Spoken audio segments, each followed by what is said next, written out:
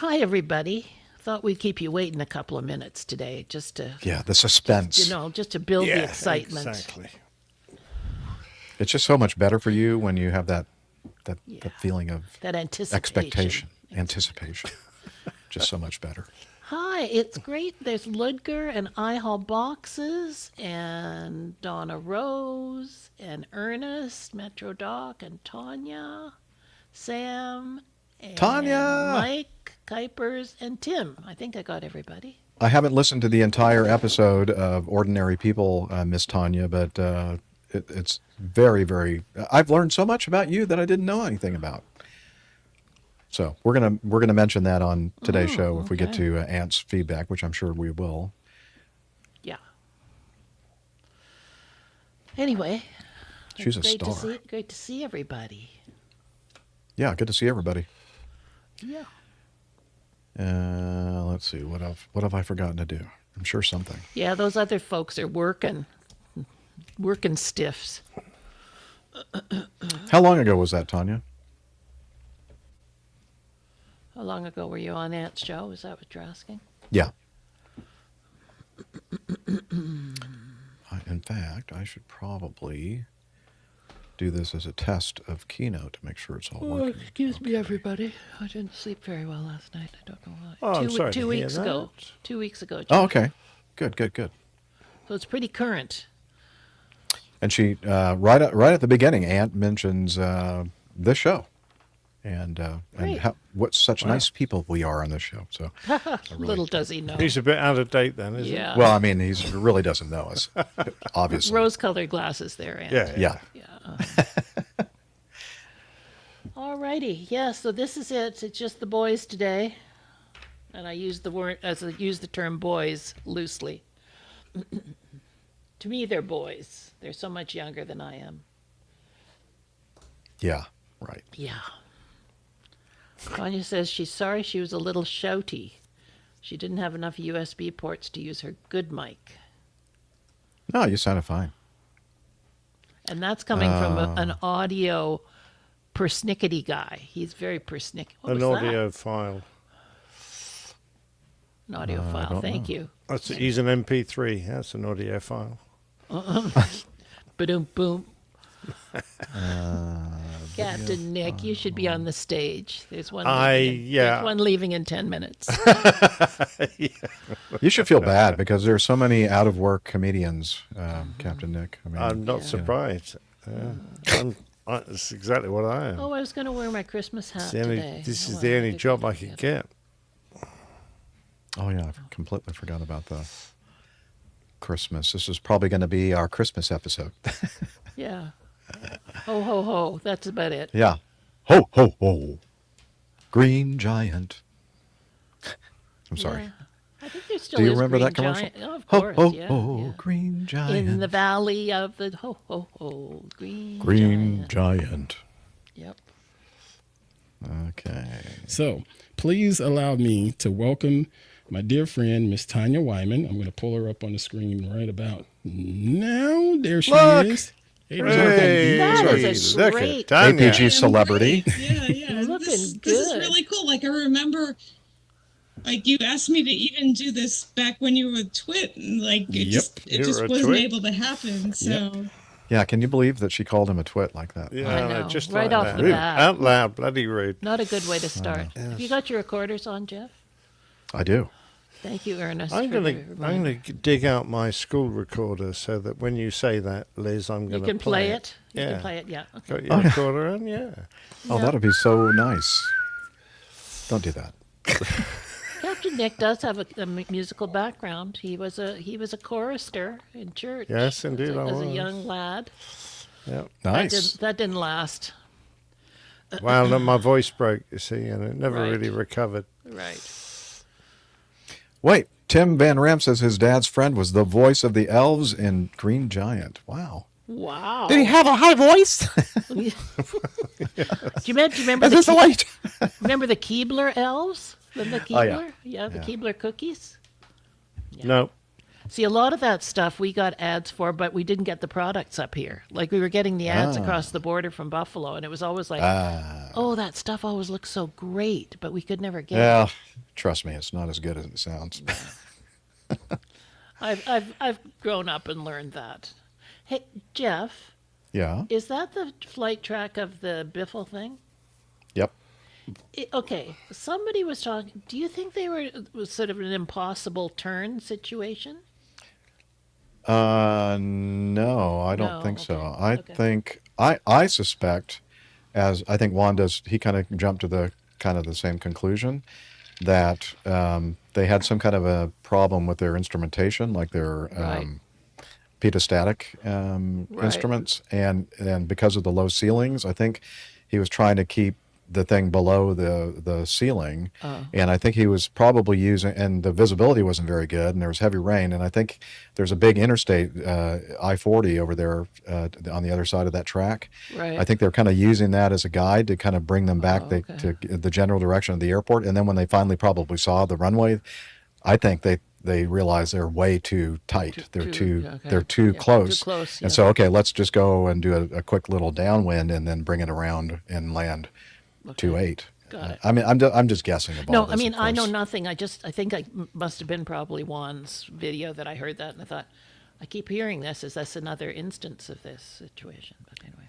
Yeah, because a lot of the first reports that I was hearing from people, they were saying, or they were surmising that like it was an engine failure or something like that, and I'm thinking, well, I don't think so, because you could just climb into the Clouds. clouds and do your checklists and do the proper procedures and get ready for a nice long straight in ILS approach to the Right. runway But to didn't he return also with a say single that engine. both their altitude and speed were fluctuating? Like, Yes, that lot. to me that was like a big like flag. Like, Right. that sounds to me like they were having some issues with their piezostatic Right. stuff. okay, I'm we'll just- get of to course that. it's just a guess. Let's not Yeah. preempt it. Tim, Boris Badenoff, one of my Boris and Natasha, the cartoon. I love that. He did that voice as well. Wow, Whoa. that's impressive. Okay, are you ready, Freddie? Oh well, let me see if Radio Roger's ready. Oh wait, why is he in the middle of whatever he's doing? That's weird.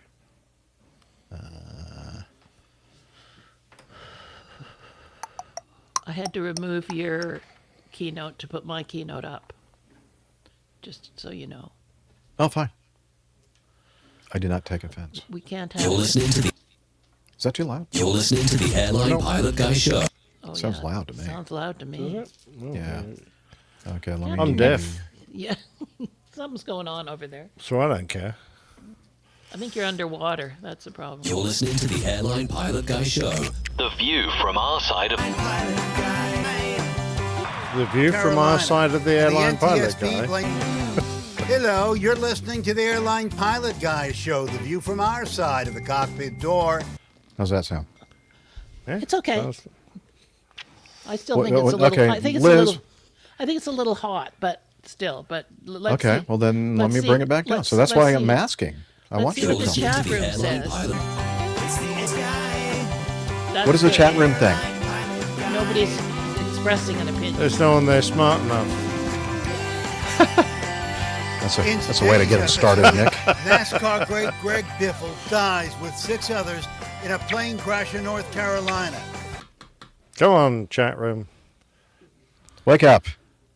Come on, you Yes. people. Slap, What are you slap, good for? slap. Well, Hello? Tim's there. He's not good for Mike much. Kuipers, somebody. Hello? Off work.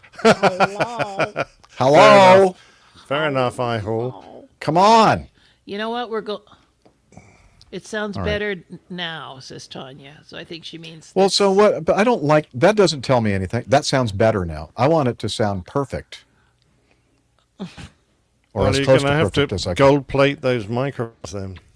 Okay. Well, okay. I want it to sound good, not better. Lost my little Ludger baubles. still thinks it's a little loud. Okay. Very Thank you. bold. Thank you for that good feedback there, Ludger, and thank you for your what do you call that again? Coffee fund contribution. That just came in this morning. And Tim thinks it sounds good. So who knows? Yeah. What does Tim know? Hey, listen. Trumty. His friends. You know, I Dad used to was- pay attention to Tim before he became a pilot. Now you can't trust anything he says. Yeah. Because I'm a pilot, I know. I know. You know, I know, we know. We all They know. Everybody knows. So yeah, once when I might people ladies who have dated pilots, and usually the first thing I say is, "Oh, I'm sorry." It's a preemptive apology. No. I hear you on Unity. Why are you talking on Unity? Why are you doing that, Nick? It's all gone quiet over here in London. You mean you can't hear StreamYard? What's happened? Hello? Hello? Anybody there?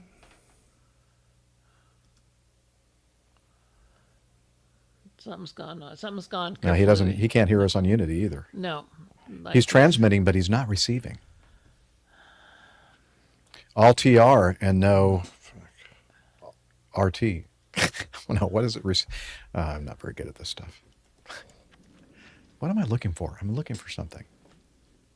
Happiness. That's what I'm looking for. I'm looking for something to adjust my microphone. That's what I'm looking for. Oh, wait, it wasn't my microphone. It was Radio Roger. I need to adjust that. Okay, here. I'm going to try that again. You're listening to the Airline Pilot. In ties with 6 others. Can you hear plane me? Crash in North Carolina. Yes. Yes. Yes. I can't hear you all of a sudden. Oh, something's wrong over there. Well, no, we What's hear happened? you. Leave studio. We hear you. You don't hear us. Oh, bloody hell. Yeah, just in time to start the show. We have technical difficulties. Was he twiddling his knobs on his interface? Probably. Everything's set up as it was, and all of a sudden it's gone quiet. It's like I've never missed a show. Hello. You're so Oh, right, I I know. boxes.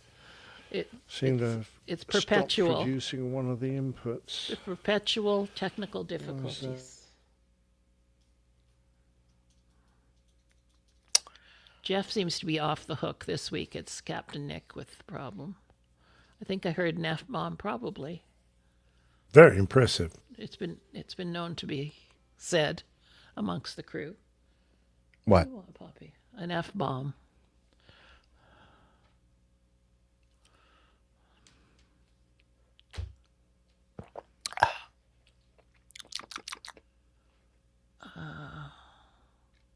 I'm going to go get my Christmas hat. Go get your Christmas hat. Yeah, I'm going to get my Christmas hat. Give my dog something to chew to. Not Okay. the hat.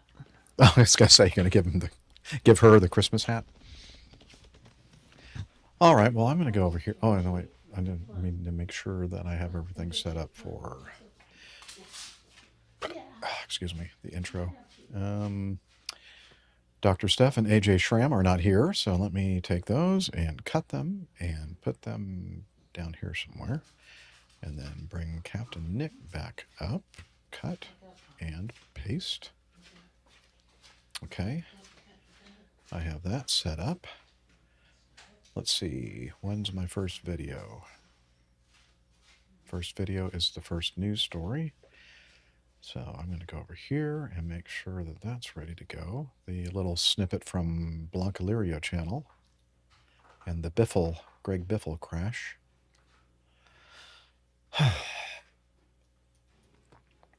Captain Nick is still trying to figure out what's going on.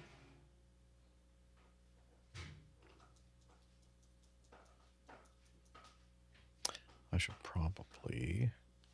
Yeah, let me call him. No, I don't want to do that.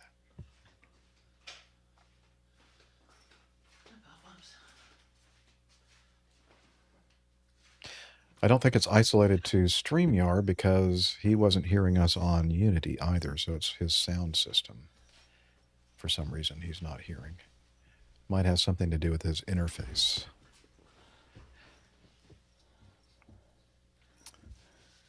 Ah, very nice. Aren't you? Isn't that going to make your head burn up?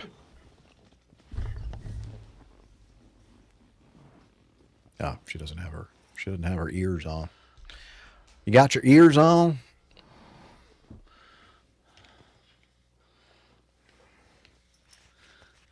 Got your ears on now. Isn't that gonna make your head get really hot? Yeah, I won't be wearing it for long. I'll be hot. Okay. I'll turn into a hothead.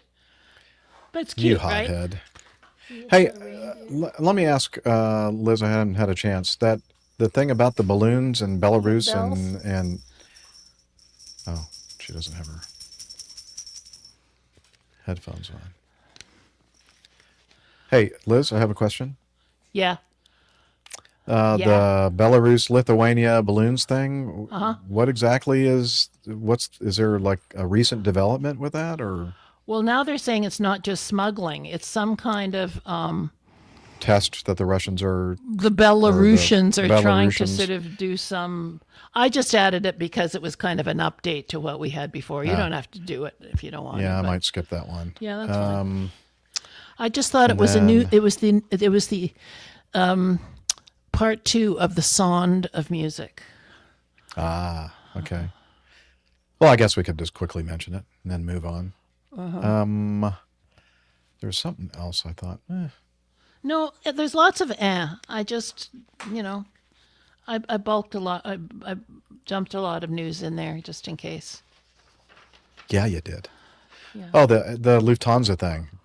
Maybe we I can save that for. I put Stefan. that in there because I thought Stefan was going to be on, Okay. and then he Well, let's- stood us up I know. for his He family. probably saw that news. God, what gall! Like, come on, Stefan. Get your priorities straight, man. Exactly. Stefan was Shoot. supposed to be on. Then he sends us a message. His family's having a family dinner tonight. My family. Yeah. Must be Yeah. nice to have a family. Well, now Nick's muted himself somehow. Okay. I think StreamYard probably sensed that he was doing something with the inputs or whatever. No, okay, wait. Can we unmute him? No. Yeah, well, something We're not. unmuted. We don't hear you at all. Yeah. Okay, can we tell him that? And Well, he wasn't hearing us before, and now he's not. Now we're not hearing him. Now it's Yeah. both ways. I'm gonna have to take my hat off. It's getting hot. I'll put it on for the intro. hearing you anymore. Oh, that's much better.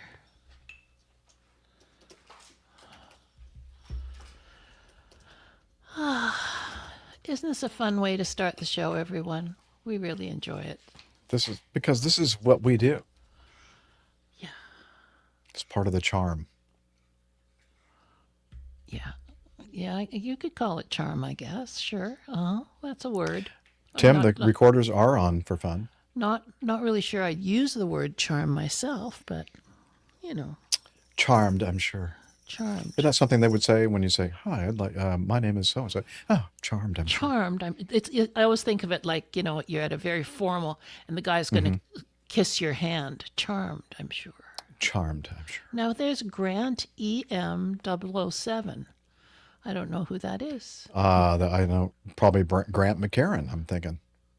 Is Kind of it? looks like him. You know, the big heart-shaped head? Yeah, I've never thought that of Grant, but I'm just kidding.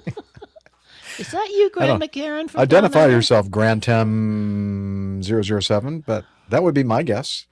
Is that Grant from Down Under? And if so, has the I could look it up myself. The Singapore Air Show?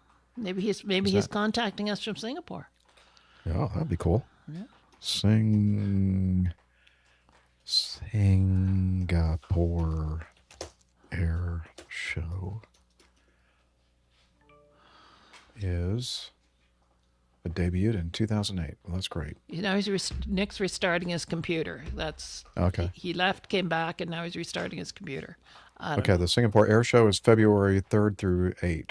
Okay, so that's still ahead. But Grant EM has not identified himself yet. Well, do you blame him? He's probably embarrassed. He doesn't want people to really know who it is. I Singapore, yes. I Singapore? You Singapore quality? That's not our Jeff. Enchanté. He does not Singapore. I Singapore. Longtime airline pilot guy podcast supporter. Okay, that's cool. Excellent. That's great. Well, thank you. Well, that can't be Grant McCarran down under. He doesn't support us. Who would in their He's right very mind? unsupportive. Yeah. Anyway, welcome. Yeah, he's a man of 007. mystery. That's correct. Man of mystery. Enchanted, I'm sure. Yeah. Enchanté. Enchanté. Enchanté. Enchanté. Oui, oui. Oui, oui, mademoiselle. Yeah. Yeah. I'd like to kiss your voluptuous lips. I'd like to follow the contour of your neck with my lips.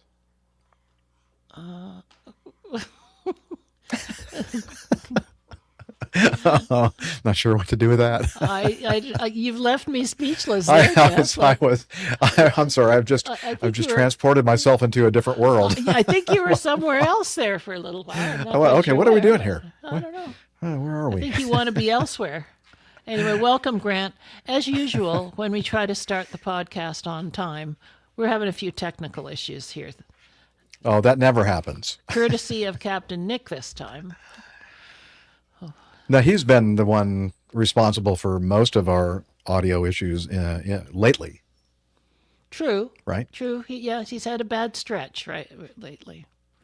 Speaking of bad stretches, I was stretching just about an hour ago, a little over an hour ago, and I learned. Well, I already knew this, but my body doesn't stretch very well.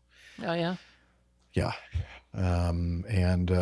these exercises, engaging your core muscles, Yes. they're not fun at all. No. Not fun at all. I hate it. Hate it. She kept saying encouraging things to me. And I said, yeah, I know you're very good at saying encouraging things, but I know you're full of shit. That's what a trainer is, just a cheerleader.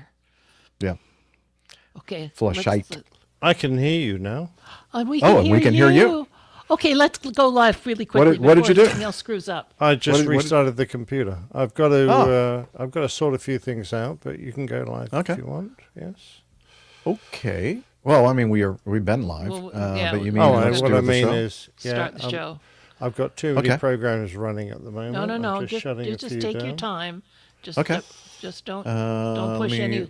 Don't push that button. The pilot shouldn't push. Let me Well, see if I can it was find the ducks. It was these birds. They fell off my microphone, and then I lost the audio. So I don't know what they did.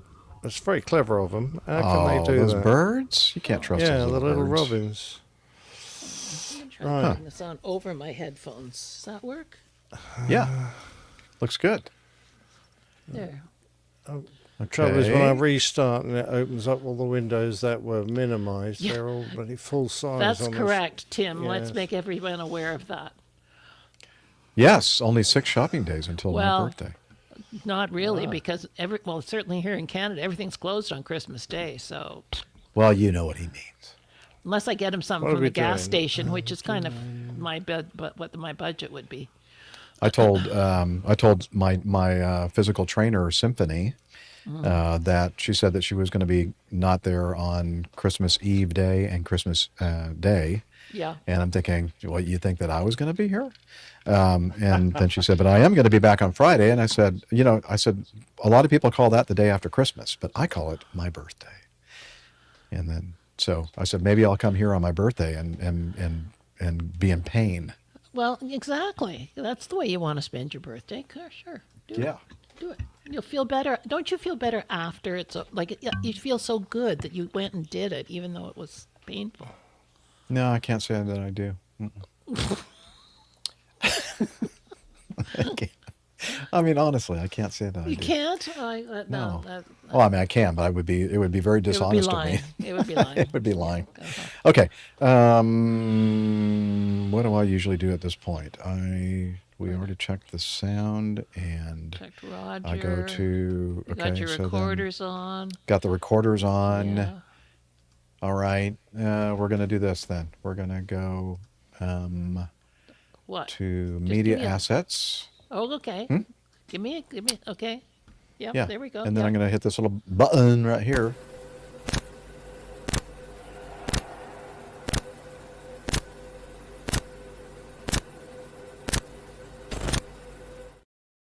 You're listening to the Airline Pilot Guy Show. The view from our side of the cockpit door. WAPG. It's the Airline Pilot Guy. Airline Pilot Guy episode 689. Yeah, he's up in the sky. It's the Airline Pilot Guy. Hello, you're listening to the Airline Pilot Guy show, the view from our side of the cockpit door, with your host, Captain Jeff, broadcasting live from APG headquarters in Roswell, Georgia. Today's show is recorded the week of December 15th, 2025. Yeah, he's up in the sky. It's the Airline Pilot Guy. Get your ride and he's flying by. With the Airline Pilot Guy.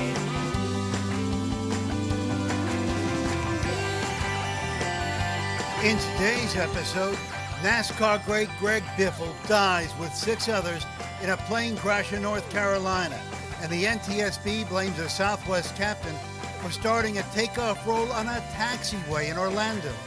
Also ahead, more news and your feedback. So get all settled in. Tray tables and seat backs in the upright and lock positions. Electronic devices powered on. I'm Radio Roger, and Flight 689 is ready for pushback.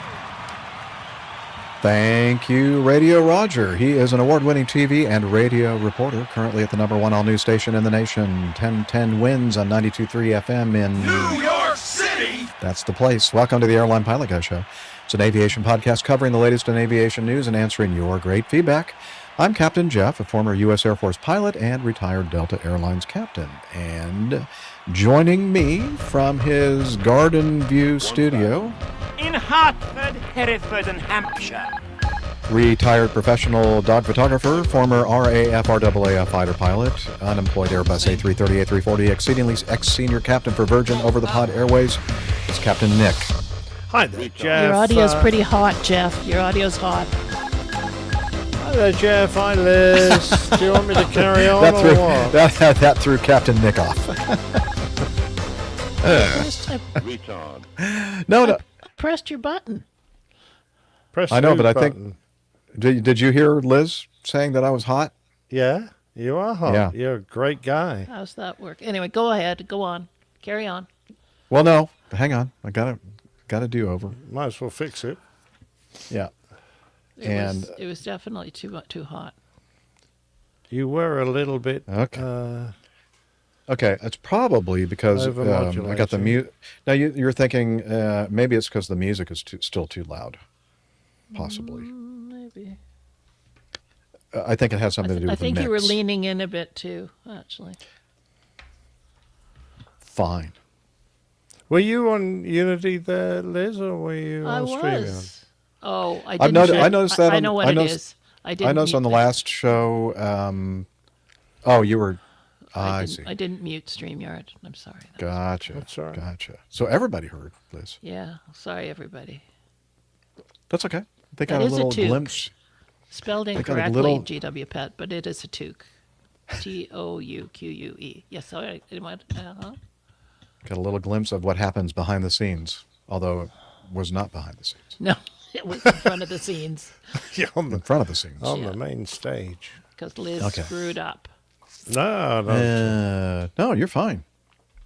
I realized in the middle of all that I forgot to turn my little LED panel light on. So now it's on. Good. Okay. So I'm going to do two things. I'm going to turn is my volume still okay? I mean, I turned it down. Is it? It have sounds you noticed? better to me. Yes. Okay. And because I don't want to be overmodulating, that's for sure.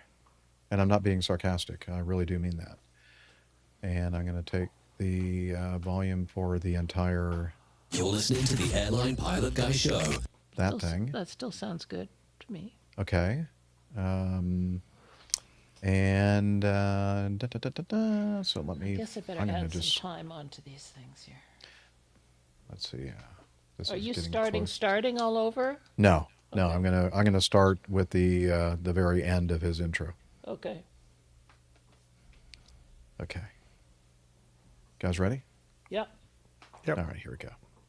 Positions, electronic devices powered on. I'm Radio Roger, and Flight 689 is ready for pushback.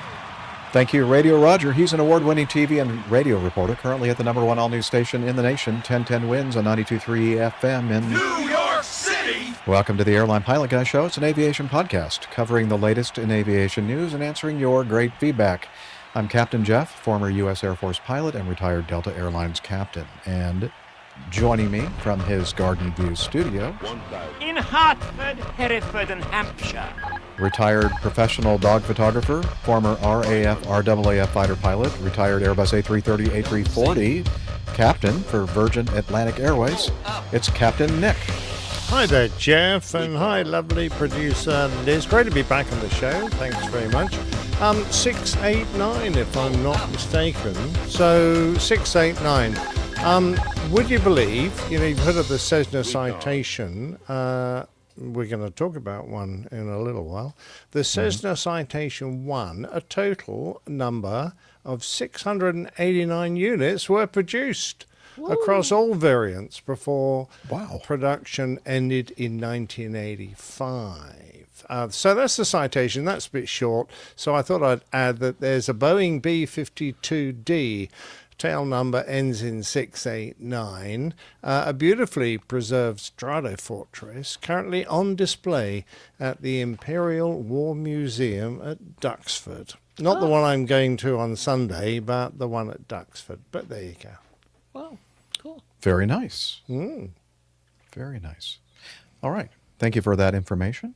And it was actually a positive information for a change. Well, there was Thank no you. negatives. There was a negative, but I left it out. Okay. Well, thank you so much for that. Well, speaking of negatives, Yeah. just kidding. From her lakeside studio, from her studio in Toronto, Ontario, Canada, retired lake financier. Well, okay, there's a lake. What is that? Lake Ontario? Yeah. Okay. Hi, everybody. Wait. Love the hat, Liz. Jeff just blew it there, so we'll just carry on. Hang on. Oh. And speaking of positives, from her studio in Toronto, Ontario, Canada, retired financier and aviation enthusiast, spreadsheet master, and our producer, it's the lovely Liz Piper. Hi, everybody. Seeing as Jeff went all out on Christmas attire, I decided to join him. So, anyway, yeah, I don't have huge ears, but that's my headphones under there. But yeah, this is called a toque here in Canada. We call that a toque. It's a toque. A two. It's a toque. Is that Not a a- hobbit? No, it's there's a from the hobbit called it's the from the toques. French. It's from the French. right, okay. Yeah, Or did they sometimes call those toboggans? not here. Yeah. Don't you I've sit on heard them? I've heard them called that, and that makes no sense to me. Yeah, But I know. That's what I but- mean. I think but a the big toboggan white- is like, the big like a white big hat- giant sled. the big white hat that chefs wear are called toques too, apparently. Yeah. Yeah. How Anyway, toothy. and that's enough about my Christmas attire. Have a good show, gentlemen. Cheers. Thank you, Liz. Cheers. Bye. And thank you for pointing out my Christmas, my holiday Your Christmas regalia. grey pullover Yes. or whatever it is. I Fleece. save it. I save it for this time of year, like when it's cold. I'm going Airbus. Hooray! Yay! All right. I think we should probably do some news because that's might be what people are tuned into this podcast for. Maybe. Of course not. No. Oh.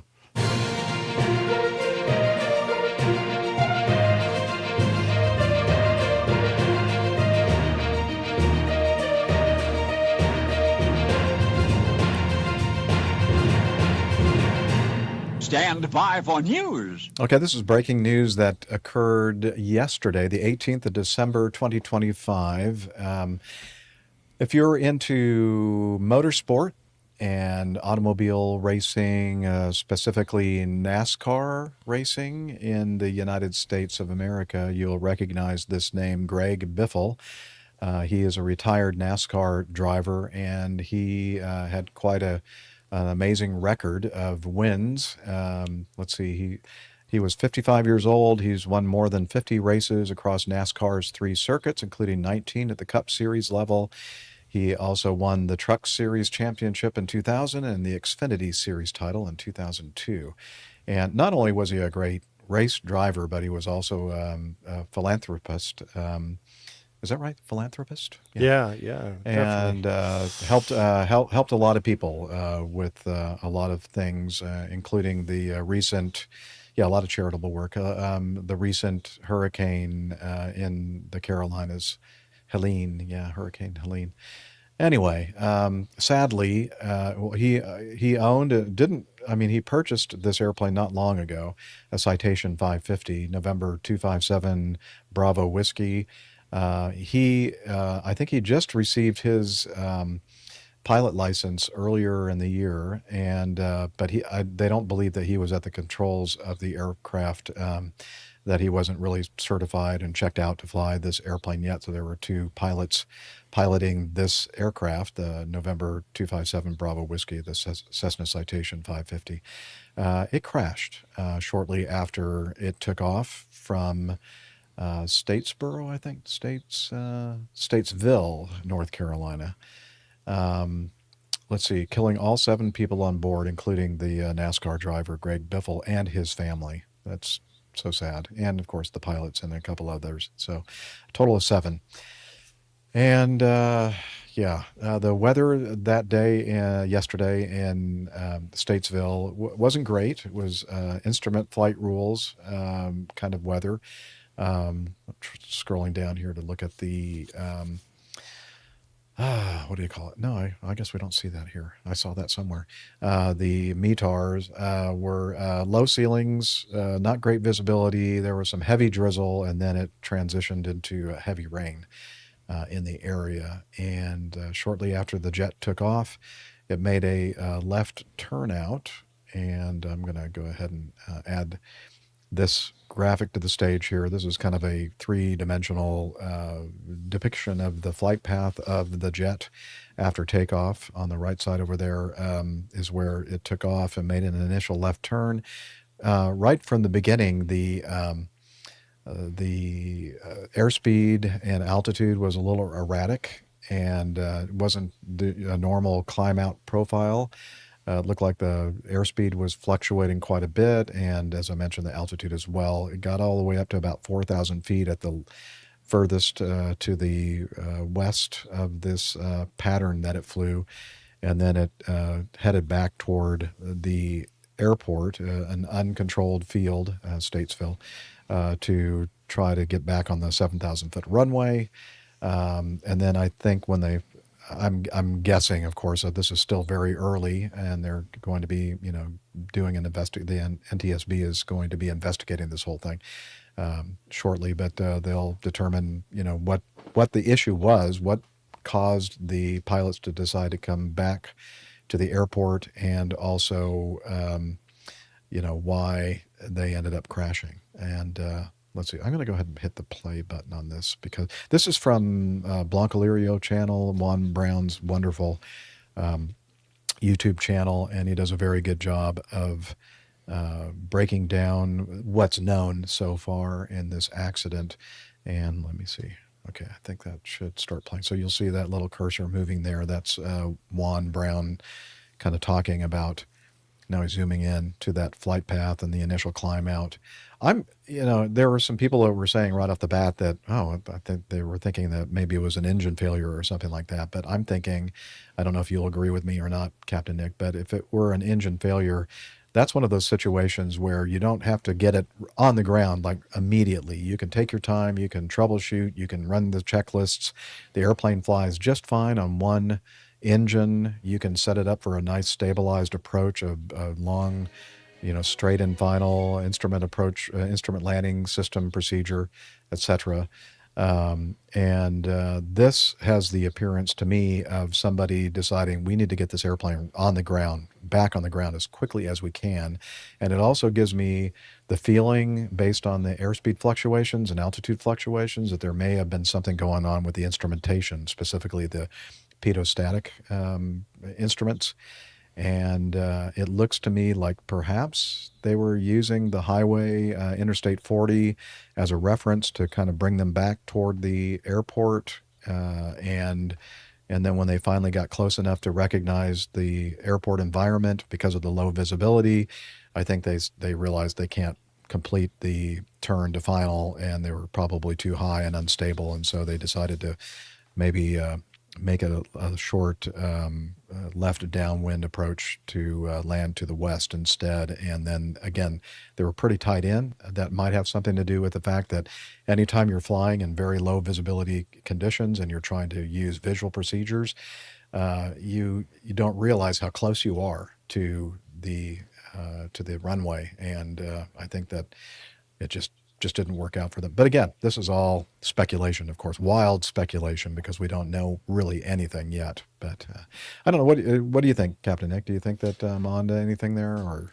I certainly agree that if you've had a straightforward engine failure, then the usual thing is to climb out, take your time, sort the issue out, position yourself for a nice long straight in, and then do so. And to do it on instruments for any well-trained pilot is as easy as it, probably easier actually than trying to do a visual circuit in those poor conditions.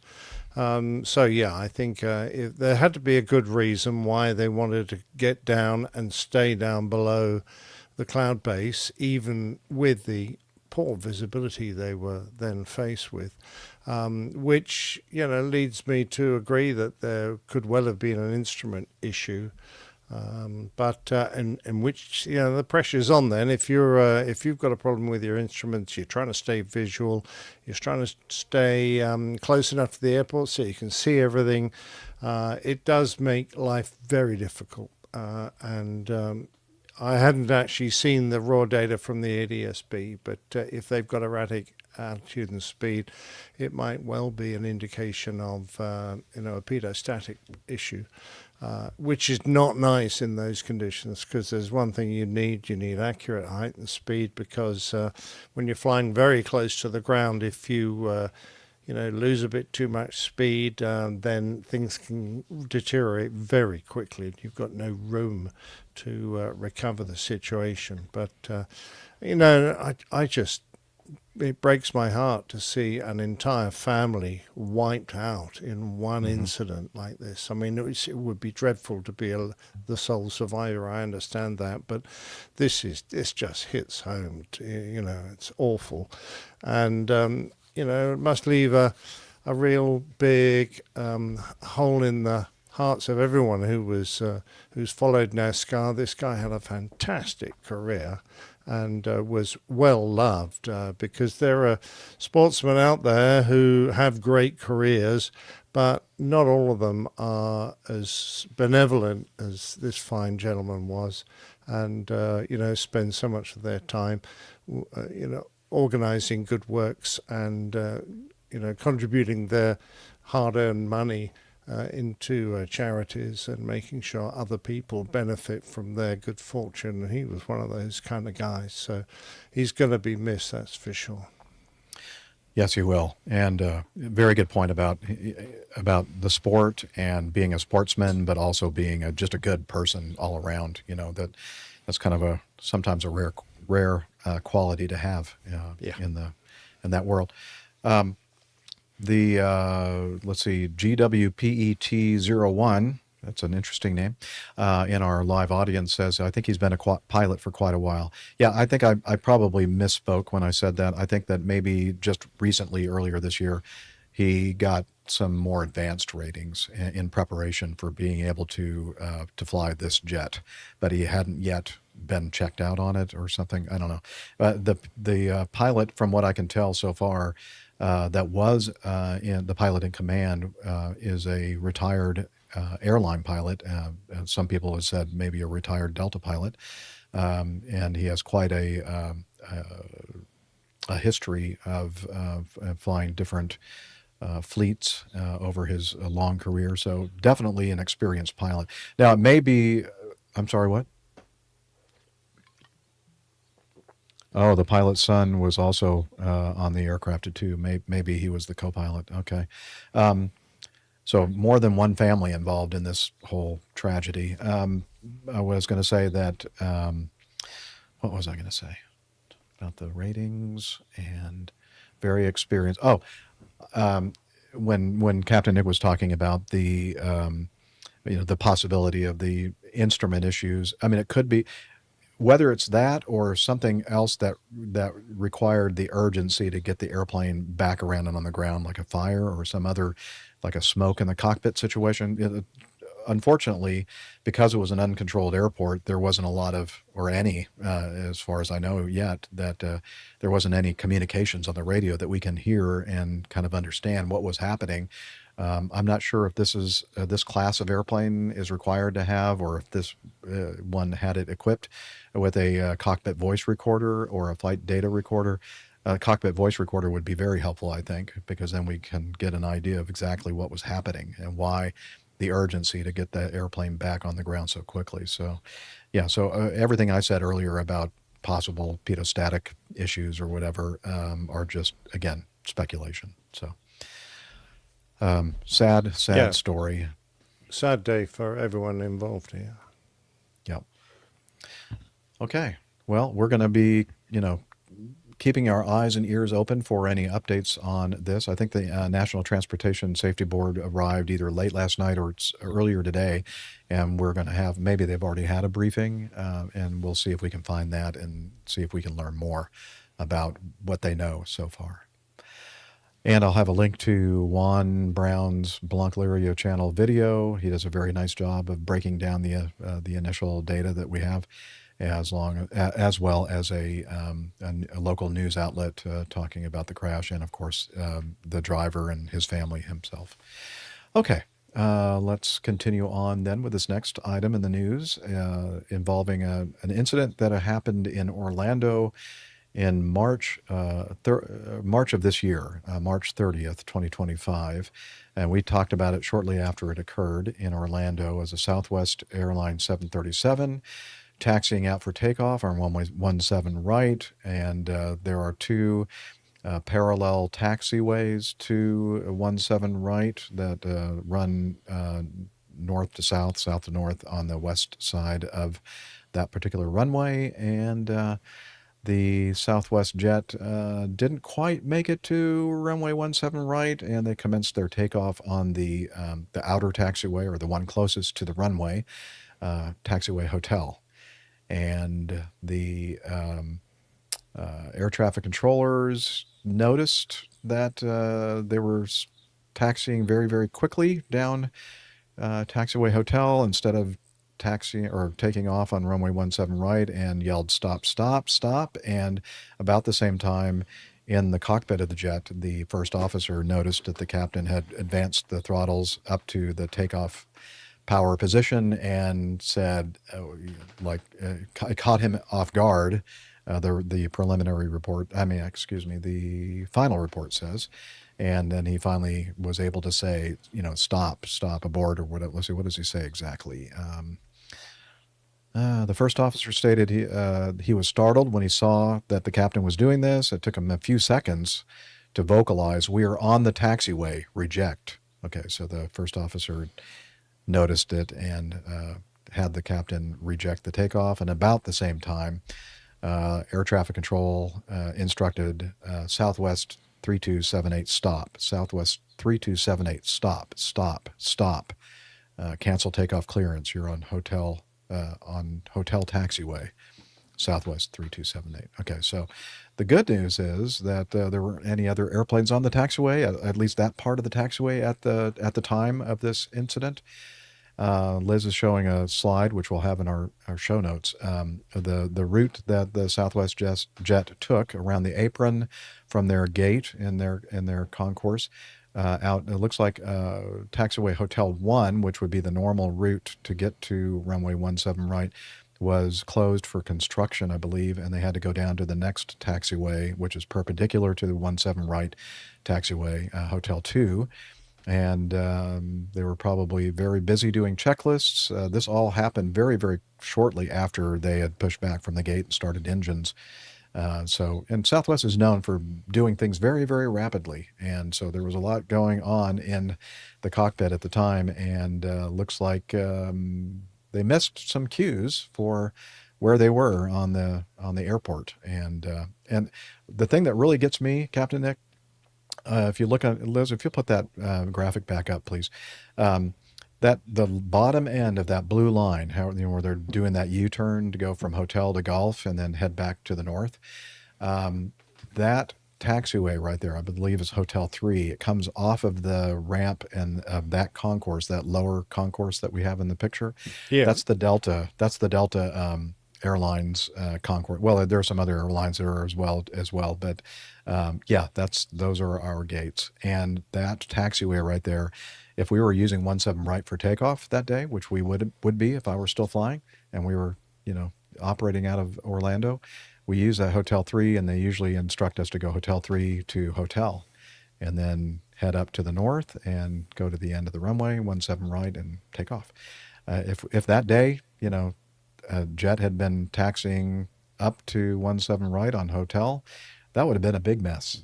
Big mess. Horrible. Yeah, absolutely horrible. But on the other hand, it might have been like, the captain may have been looking down what he thought was 17 right and go, well, what's that airplane doing facing us?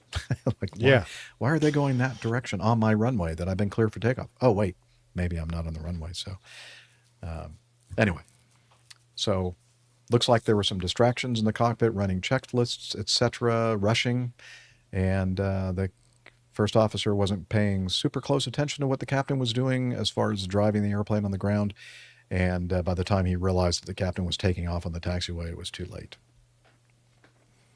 It's an interesting one, isn't it? Because I would have thought that the Southwest captain would have been reasonably familiar with the airport, because, they're short haul, so they're in and out of these airports very regularly. But he mentioned in his interview after the incident that how he normally verified the surface that he was on. And he said that he didn't expect to see the normal threshold markings for the runway, because he was taxiing onto a portion of the runway that is before the displaced threshold. So the bit of runway he's taxiing onto, or thought he was taxiing onto, would have looked very similar to the taxiway. However, there's completely different lighting on a taxiway to a runway, and of course the proportions of the runway are completely different. It's much wider, and there's no junk down the end of it like terminals and things that you can often see on taxiways. So that should have given him a clue, in addition to the fact that as he turned on, there wasn't another access to the runway for a considerable distance. So if he'd looked at his runway chart, the last thing he would have expected as he started his takeoff roll was another entrance to the runway immediately on his right. Whereas on the taxiway, that's exactly what he had, another entrance. I mean, so if he was familiar with it, hopefully that would have given him another clue. But I think he had already confirmed in his own mind that he was happily on the runway. And I think it would have taken quite a jolt now for, like, his first officer's remarks and the air traffic commanding him to stop, to bring him away from the picture that he had mentally accepted was now correct. And we all know that this is, a possibility, that we can make an error, and yet we're so convinced that we're doing the right thing that we make the outside world conform with what we're seeing. It's a known way of continuing with what is quite clearly a blatant error, because you just convince yourself that what you're seeing and what you're doing matches the model you've built inside your head. So I can understand why it took quite some effort to bring him around to his error. However, I mean, one of the reasons that we get our position in the left-hand seat of an airliner with all the responsibilities that brings, is that we're not prone to doing that. We understand the dangers of it, so we mitigate it by being careful and deliberate and double checking everything, as they were actually required to do, because their company procedures required both pilots to confirm that they were on the runway. And the first officer was doing one duty, and he wasn't in a position to, or he was, late in doing it, or the captain perhaps didn't give him an opportunity to, but certainly the captain didn't go through those mental ticks that you need to make sure, like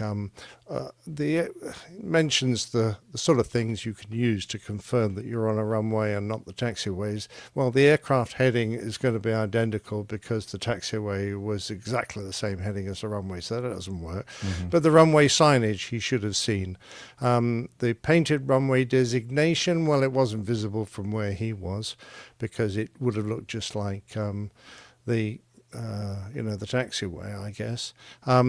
Jefferson, page 9, I'm not quite sure what that refers to. Airport diagram. Right, well, I don't know. If you've got it on your iPad and it's linked to GPS, you've got a little aircraft symbol, and you should see that you're not actually on the runway. So perhaps they need to adopt that kind of EFB. I think they did actually say at some point in the report that he was actually using that movie map display on his iPad. Oh, really? And then toward the very end there, then he was looking at other things. And in his head, as you mentioned, he had that confirmation or expectation bias. He said, yeah, I'm on the runway now.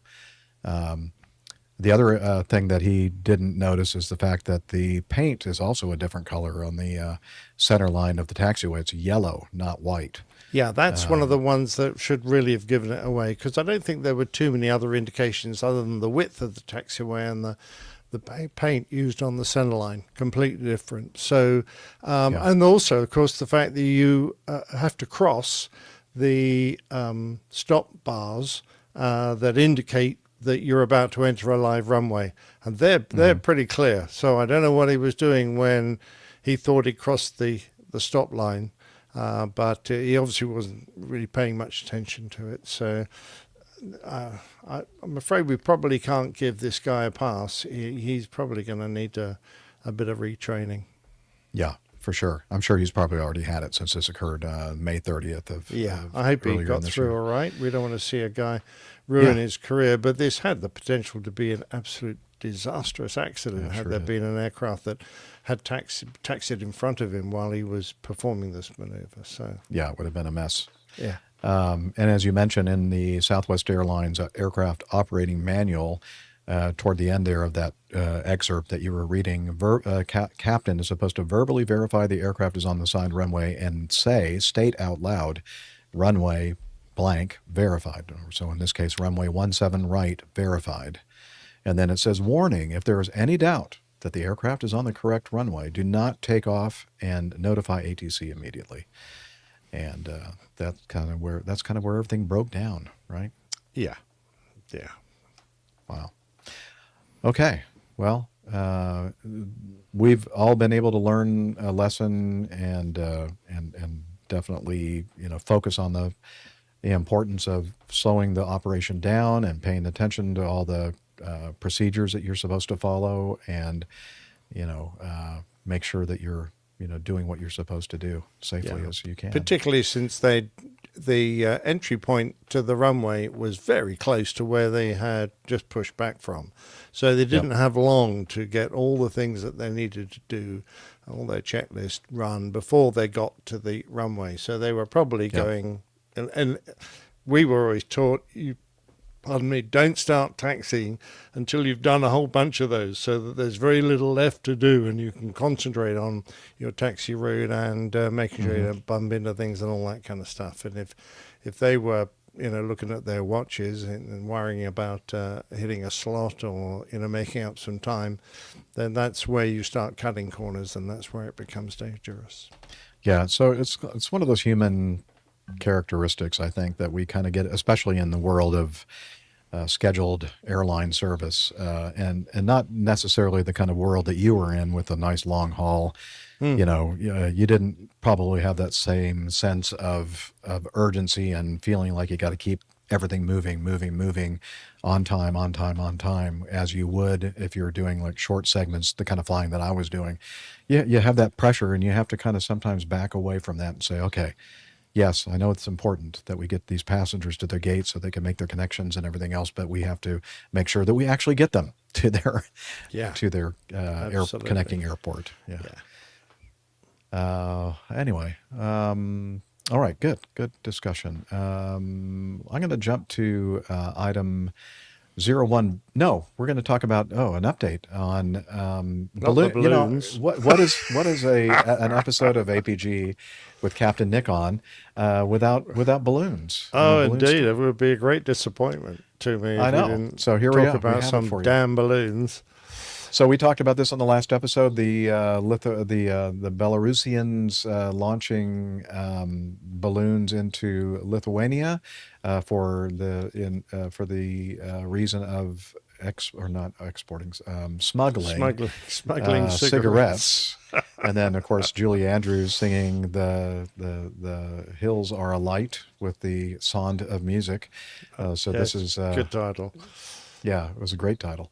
So the reason why we're going to talk about this one more time is that it turns out that the Lithuanians think that, you know what, it's not just, maybe it is true that smugglers are using these balloons to smuggle cigarettes into our fine country, but we suspect that it's more than that we think it's the country of Belarus not very happy with us, and some sanctions that we've put upon Belarus, and they're kind of irritated with us, and so they're doing things purposely to annoy us. And I think the article points out the fact that most of these balloons are traveling almost directly toward their airport in Vilnius, Lithuania, just on the other side of the Belarusian border. Between Belarus and Lithuania, and so it's not just cigarette smugglers. There's more to this than meets the eye. Lithuania is saying that they are treating this as an attack from Belarus. So. Yeah, we were way ahead of the BBC. Well, the BBC have had other things on their mind, I think. But what would be more important than this, Captain? Well, your president is trying to sue them for billions of dollars, so I'm sure they're very worried about that. Yeah, probably. Having said that, I'm very much in two minds.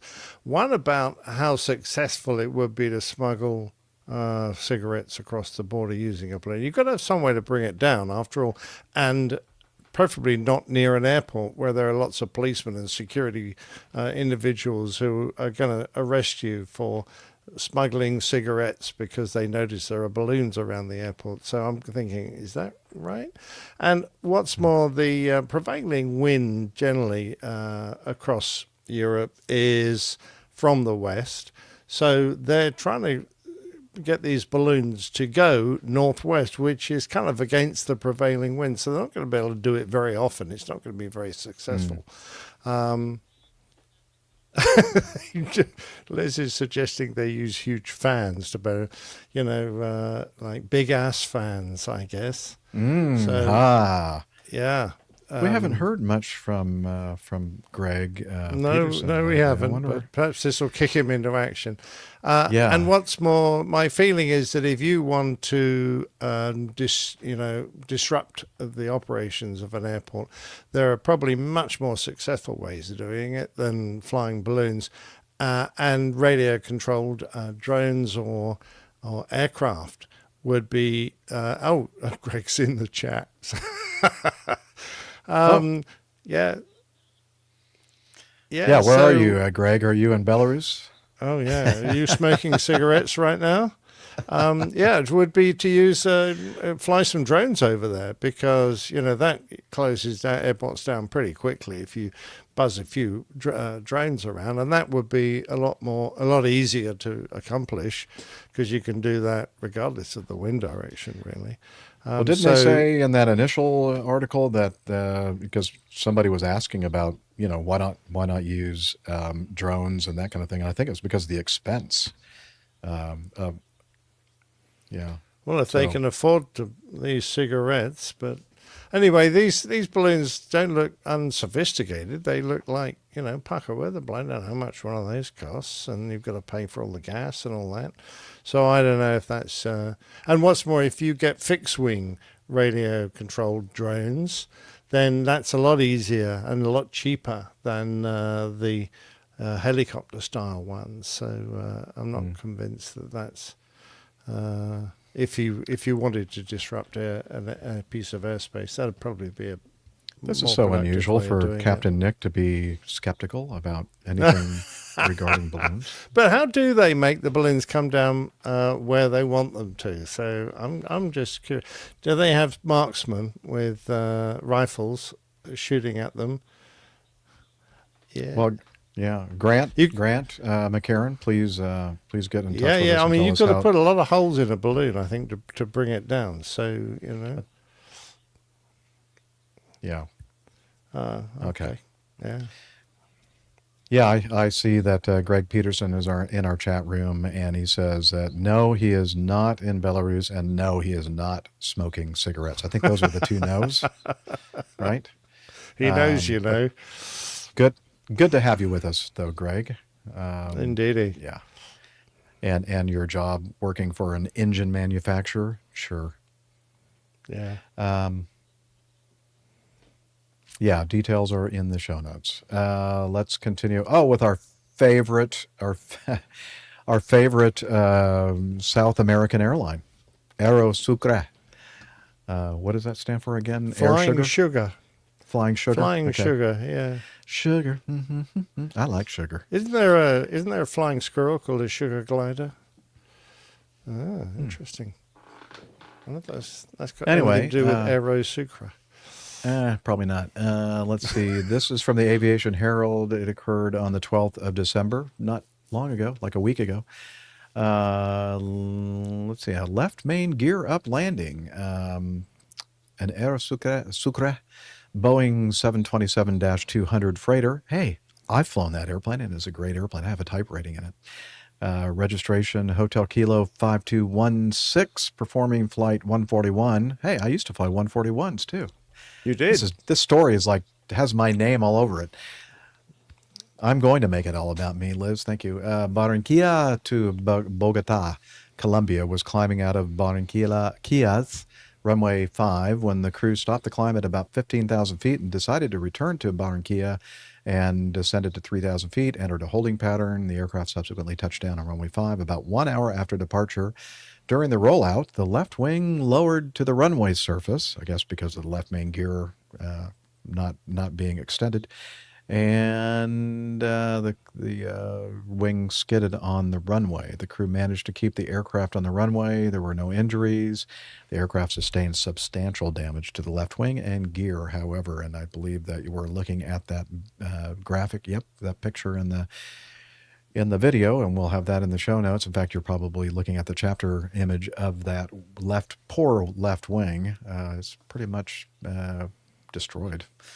Not good. I am looking at that, Jeff, and asking myself, did that occur on takeoff or landing?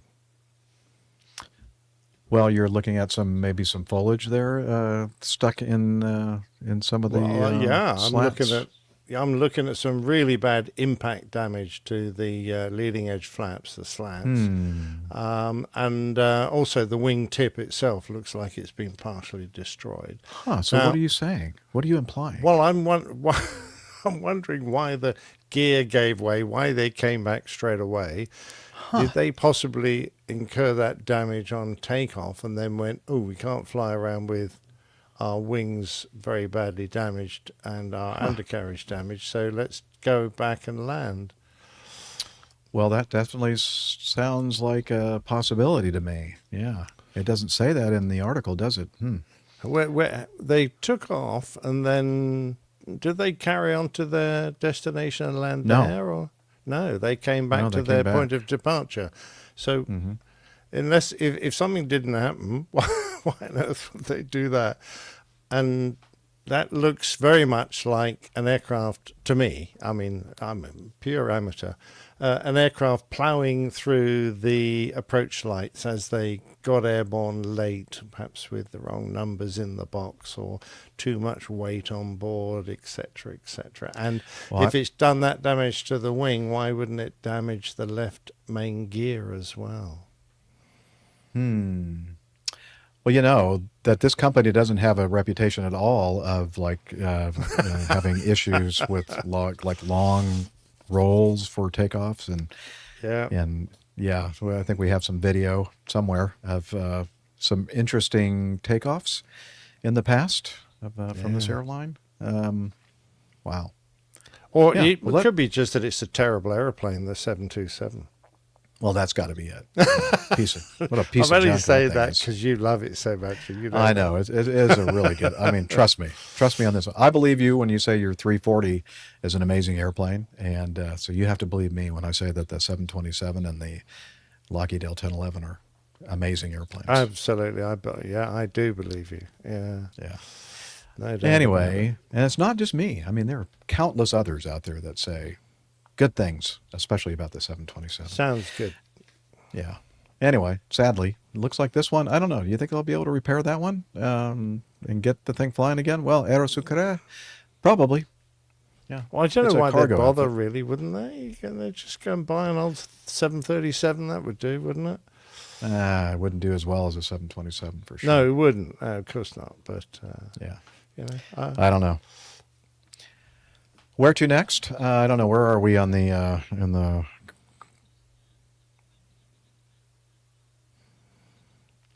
Okay. Well, we could probably do at least one or two more news items.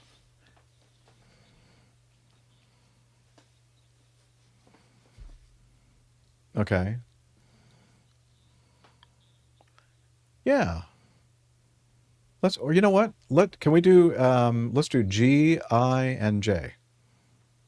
Like G.I. Joe. Joe. Yep, G.I. Joe. Okay.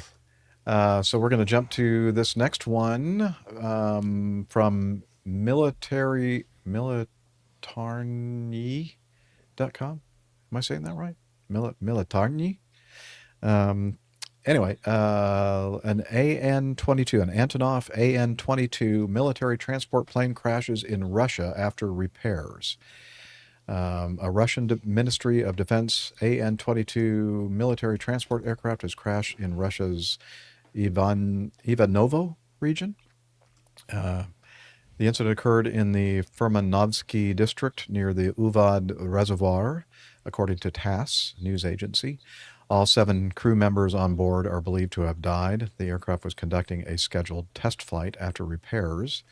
I guess it was not it didn't pass the test. Aircraft of this type are based at the Ivanovo Severne military airfield. Satellite images show at least 2 AN-22 planes, and the one that was repaired was likely inside a hangar. Okay, so I knew nothing about this AN-22. It's been around for quite some time. Made its first flight in the 60s, 1965. Yeah, 65. Yeah. And entered serial production in 66, began operational service in 69. It became the world's largest turboprop aircraft. It is quite a large airplane. Oh, yeah. You look very at some of much those so. aerial imagery, satellite imagery, and you see it parked next to some other transport aircraft, and it just, dwarfs them. Do you know what its NATO code name was? Its reporting name? Cock. So it was a big cock. Okay. It was a very big one. This one. So I have some video that was taken from some security cameras. So let me thank you, Liz. Oh, did I not put that in here? Here it is. Okay. Oh, darn it. Hi, Anne. Hang on. Yeah. Oh, Erica, look at, you can my see God. that thing coming down. Okay. Yes, you'll see in some other angles here that basically right behind the wing and wing box, the fuselage basically broke off. Geez, I hope that wasn't what they were repairing. Well, yeah, I don't know. And here's another security camera. That doesn't image give them of the much crash. chance. I tell you what surprised me after watching this was the lack of fire. But it did crash into the water, into the lake. So I don't know if that would have something to do might with. well have had something Yeah. to do with it. I didn't realize that. Yeah. So so the video will include in the show notes, and it shows them out on this reservoir, searching for survivors, which apparently there were none. Very, very sad. But like, this is a huge airplane, and look at that thing coming at, like it's in pieces when it hits the reservoir. So not good. Okay. Yeah. I don't know if we'll ever, just like the premature or ejection situation that we talked about on the last episode, and this particular incident, will we ever find out exactly what caused the thing? I don't know. It's possible, but probably not likely. But anyway. It's sad. a Ukrainian design, of course, Antonov. It was designed and built in Ukraine. It was a very successful aircraft before they moved on to jet-powered versions of similar large transports. So, it was, they did build a lot of them, but golly, they first flew in '65 and went into service in the '70s. So that was some time ago, and these airframes would be pretty old by now. But Russia is pretty good at keeping these old aircraft viable. I mean, look at all the Bear Tu-95 Bears that they fly around that were built in a similar era, and they're bombing around. Many of them bombing around, no problem at all. So yeah, those bombers are bombing around. Yeah, bombing around. Wow, I'm amazed at the size of this thing and the capacity of up to 80 tons of cargo or payload, and the total weight of 500,000 pounds, 250 tons. That's huge. Yeah, The Starlifter capacity was, I think I used to know the numbers on that, but they're gone now. But about this, I don't know. I think the total takeoff weight of that thing was maxed out was like 325,000 pounds or something like that. So this thing was bigger and had more payload capacity than the Starlifter for sure.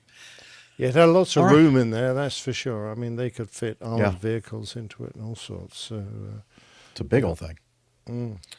All right, let's continue on with this. Sent in from the most prestigious of them all, Captain Nigel, Hong Kong Nigel, sent us this link to an article from thestandard.com.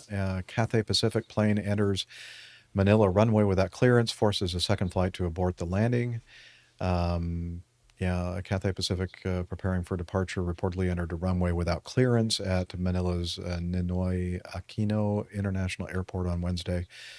According to flight tracking, air traffic control audio sources, Flight 918, Cathay 918 was instructed by controllers to taxi and hold short of runway 6. Around the same time, arriving Flight 903 from Hong Kong was cleared to land on the same runway. Controllers then urgently instructed 903 to go around, which the crew acknowledged and executed, and there was a Cebu Pacific Flight 358 behind them, also told to abort its approach. And then at the same time, or shortly thereafter, they told the Flight 918 on the runway that was taking off without clearance to stop. And so they got it all sorted out, and that... fortunately, was a happy ending. The aircraft went around, and there was no contact or no big crashes or anything. So, no, but it's just yet another runway incursion, and taxiing onto an active runway with a guy in the process of landing is pretty terrifying, quite honestly. Oh, thanks. Liz is telling me through our back channel that the max takeoff weight of the C-141B Starlifter was 340 something thousand pounds. And I think that's what 342. What's interesting about that, now that you mentioned that number, is that I think that the normal maximum takeoff weight was like 327, but I think that in wartime situations or in contingency operations like Grenada, like when I was involved in that, they allowed it to get bumped all the way up to 340. What did you say? 349 or 342? 342 100. Yeah. So hey, I was pretty close to the. It's amazing how quickly we lose the all this data in our brains, Captain Nick, after we've been away from flying certain airplanes for a certain while. I have to put so much new stuff into my head now I'm retired that I've had to dump all my aviation knowledge on. Yeah, you have to understand all the petanque and bowling and all the laws, that. I mean, the laws of petanque. Yeah, that takes up some room, Yeah, and of course I don't have nearly so many brain cells nowadays. I know. I know. We've been meaning to talk to you about that. All right. No, just kidding. I understand. There are completely. actually a couple of videos going around. Perhaps we could look at those for the next show on this on the radio and on this near runway incursion, which is quite interesting. But okay. Yeah. But, so we'll try and. I assumed you'd have them, but no. Not. I did not, but if we don't get to it in a future show, we can always include them in the show notes from this show. Absolutely. Okay. Thank you for that. Let's jump to Jay, and this will be probably our last news item for today's show. This is from WGRZ.com or WGRZ for you Canadians and English people, .com. Western New York man pleads guilty to aiming a laser at a Delta flight near Buffalo Airport. So WGRZ must be a local Buffalo news affiliate.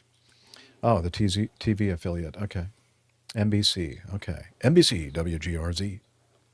A Cheektowaga man. Cheektowaga wow, it's hard to say. Recently pleaded guilty in federal court to pointing a laser pointer, or I like to call him lointer, at an aircraft approaching Buffalo Niagara International Airport. Yes, Buffalo Niagara, not Viagra. The crime carries a minimum penalty of 5 years in prison and a Buffaloes need Viagra. Yeah, I think they're pretty good without it. Everybody's up there in Buffalo. The crime carries a minimum penalty of 5 years in prison and a $250,000 fine, according to the U.S. Attorney's Office. So what was this gentleman's name from Cheektowaga? His name is Joseph L. Crapsey. He's 29 years old. Yeah, you couldn't make it up, could you? No, you couldn't. Because he's neck deep in the crapsy right now. Oh, yeah, he is. Well, you think that Tiffany knows this man, Liz? Okay. Okay. Well, I don't know. We'll have to talk to our APG librarian, Tiffany, and see if she knows anything about this instance. Yeah, ask minimum her if she needs a lawyer. penalty of 5 years in prison and $250,000. That's a pretty big minimum. I think it's very good. But it's a lot of money and a lot of So this incident happened on March 2nd, 2024, involving a Delta Airlines flight, and Assistant U.S. Attorney Charles Crewley said in a statement that the Delta flight was in flight on approach to Buffalo Niagara International Airport when Crapsey aimed the beam of green laser pointer light at the Delta flight. In this second article from another, let's see, this is from justice.gov. That's good. That sounds pretty official to me. A government publication. They said that, let's see, the pilot reported that the laser originated approximately 1 mile south of the approach and lasted between 60 to 90 seconds.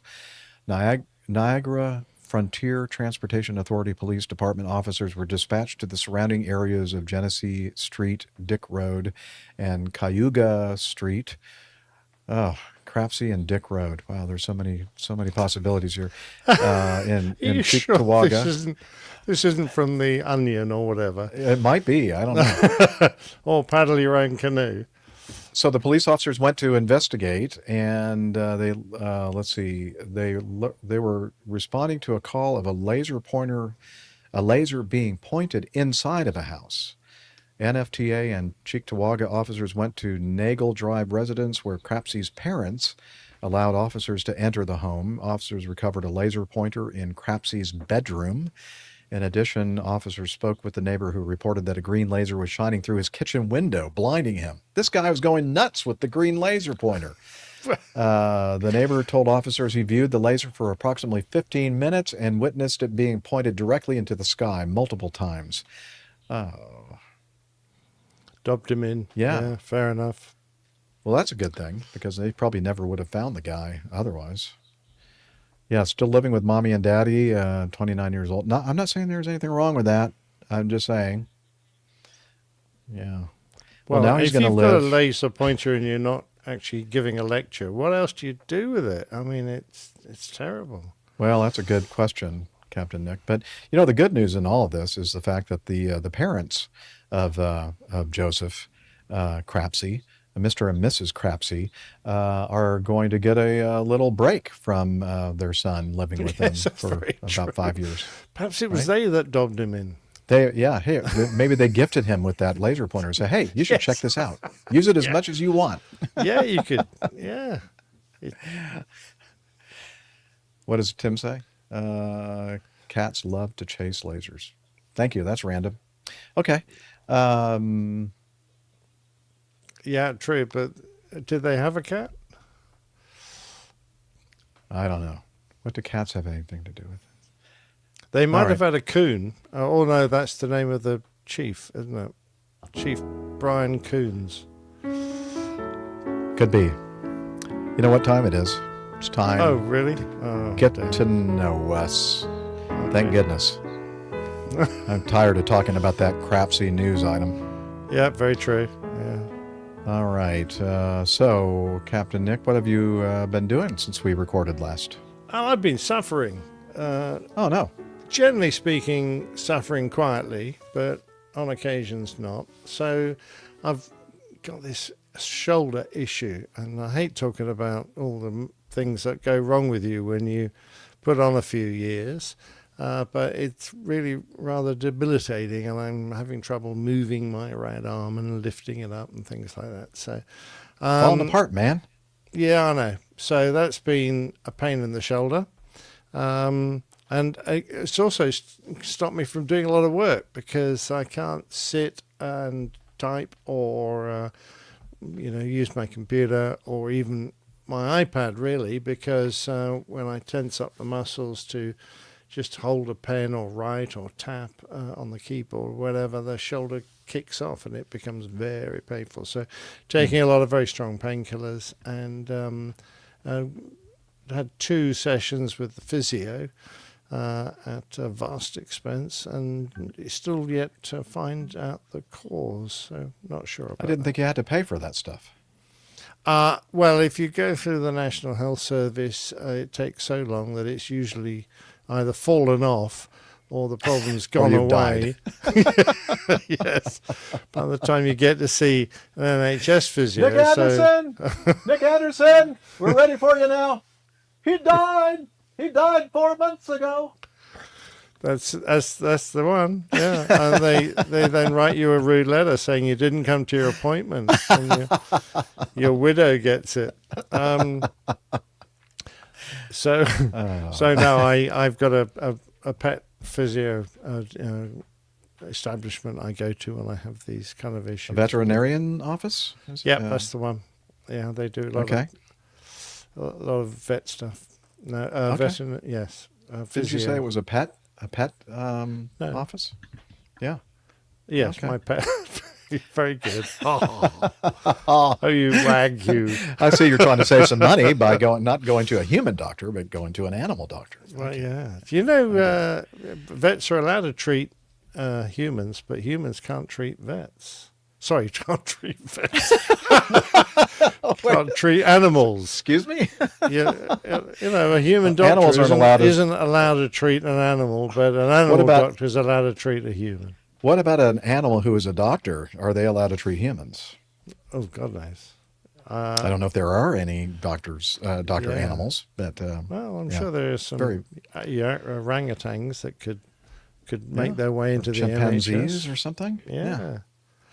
Anyway, maybe so have. that's been a bit of a pain in the shoulder, and I've been told to give it complete rest. So I'm trying to drink with my left hand. Yeah, so it didn't stop me from doing the cover. I worked through the pain, and well, we had a great suggestion. Let me see if I can remember what the options were last week. Yeah, cut the cord. In fact, after we got the Beechcraft Bonanza being discontinued. So I imagined a Bye-Bye Bonanza, because I, as a kid, used to love the cowboy TV. Yes, that's right, Bonanza.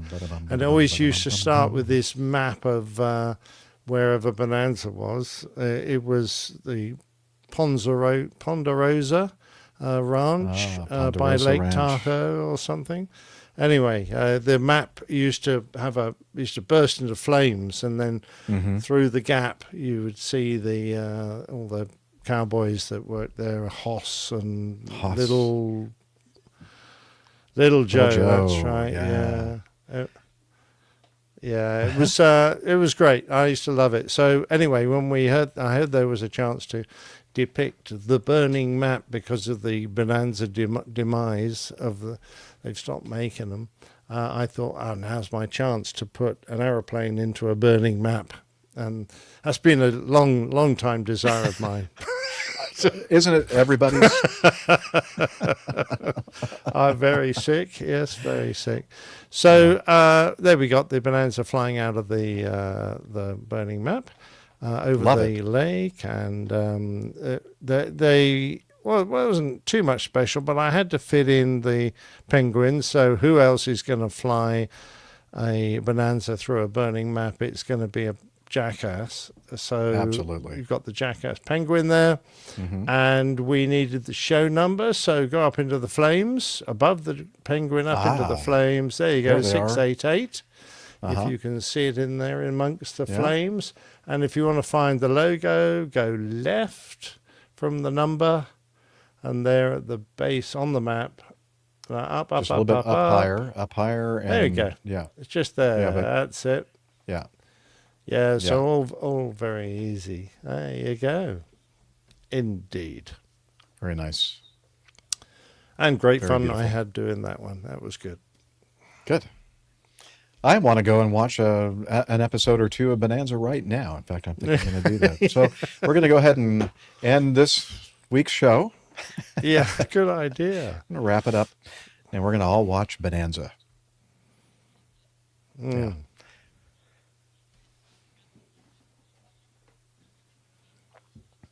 No one ever got married, you mean? None of the youngsters, no. They're very smart people. Okay. I'm just kidding for those of you who are happily wedded people. Like me, 50th like Captain coming Nick. up soon. Wow, that's awesome. That is awesome. Jilly deserves better, is that what you said, Liz? Jilly deserves a medal. I'm sorry. That's what I'm giving her for her 50th. A little medal. Oh, okay. And it'll be a chocolate medal. She'll get to medal with Captain Nick. All right. Let's talk about, I don't know, what have I been doing? I just got back from, I joined a local gym. Actually, it's a North American gymnasium franchise called Planet Fitness. Have one here not far from me. and decided to try to, get myself back into shape. And I just returned from a core workout training session. And I don't know What if you've shape noticed. have you got yourself back into, Jeff? The round one or I'm not the... I don't know. I don't know exactly how to describe it. Probably best if we don't. But anyway, so I noticed when we were talking a little bit earlier, and I was pretending to turn around and talk to somebody. The muscles in my rib cage are spasming. So wow. Ouch. I am a big mess for Your sure. intercostals. Yeah, my intercostals, yes. Anyway, so I started doing that, and I'm doing my singing, and my wonderful choir director, very talented lady. She has an amazing resume of musical education, and specifically singing. She's been kind of giving me some pointers and taking me on as trying to improve my voice and singing ability. So that's kind of cool. And I'm doing my regular mass singing, and everything's building up quite considerably now, because next week it's Christmas Eve and Christmas Day, a lot of holiday singing going on toward the end of the week. So Christmas singing. Yeah, well, I'm sorry, Christmas holiday singing. Okay, Holy Day. That's what the word holiday comes from, holy day. So, have I been given an official title? Yeah, deadbeat. The deadbeat in the RV, I think. I'm not sure if that's official or not, but that's what people refer to me as. Oh no. Well, I mean, yeah, sort of. I sing in a lot of. I kind of am a backup singer for weddings and funerals, which I've done a few in the last few weeks, and I may kind of take on the position of actually being the prime, or for certain events, be the cantor, not just the backup, the person backing. Whatever. I don't know what to say. Really, I've run out of words. I don't know how to describe myself anymore. Anyway, so I've been doing that and editing, and Liz will be happy to know that she's been getting on to me about, I've been in this apartment now for a little while, and nothing on the walls or anything else, and now I'm starting to hang up pictures and make it look more like a home than just a place to put some furniture in. So I've been kind of busy with that and having fun with that. So yeah, I've been very busy. So I'm going to have to give you a house tour at some point for sure. Yeah. Okay. That's pretty much it for me. We can talk about the coffee fund if you'd like. Why I'd not? like to. Yeah. And it gives me a chance to sing. Johnny, how much more coffee? And No Liz. thanks. I love coffee. I love tea. I love the APG community. Coffee and tea and the Java and me. A cup, a cup, a cup, a cup, a cup, a cup, a cup. Yeah. All right, coffee fund. That's our way for you, dear listener, to support our show financially. If you'd like, you don't have to. That's a free show. We do this out of our love for you. But we do have people, fine folks, that want to give us some financial support, and we do appreciate them. A couple different ways to do it. The first is the Coffee Fund Classic method. And since the last episode, we have two. Jenny in Rome, she's been a long-time recurring contributor. So thank you, Jenny. Just want to, every once in a while, acknowledge our recurring contributors using the Coffee Fund Classic method. And Ludger Humpert, in our live audience right now. Ludger, thank you so much for a very nice, generous contribution, a holiday contribution, a Christmas contribution, if you'd like, to the show. We do appreciate that. And we appreciate all of our listeners, especially our live chat room people. Another way to do it is become a patron of the show via patreon.com. We don't have any new patrons since the last episode, but hey, it's out there if you'd like. So if you'd like to learn more about the Coffee Fund, please head over to airlinepilotguy.com/coffee. You'll be glad you did, and we will too. Boom. All right.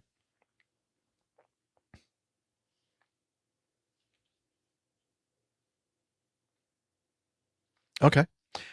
If you don't mind, dear producer, I'm going to grab some water or something. My throat is kind of not sore, but it's dry. So I'll be right back. You kids behave.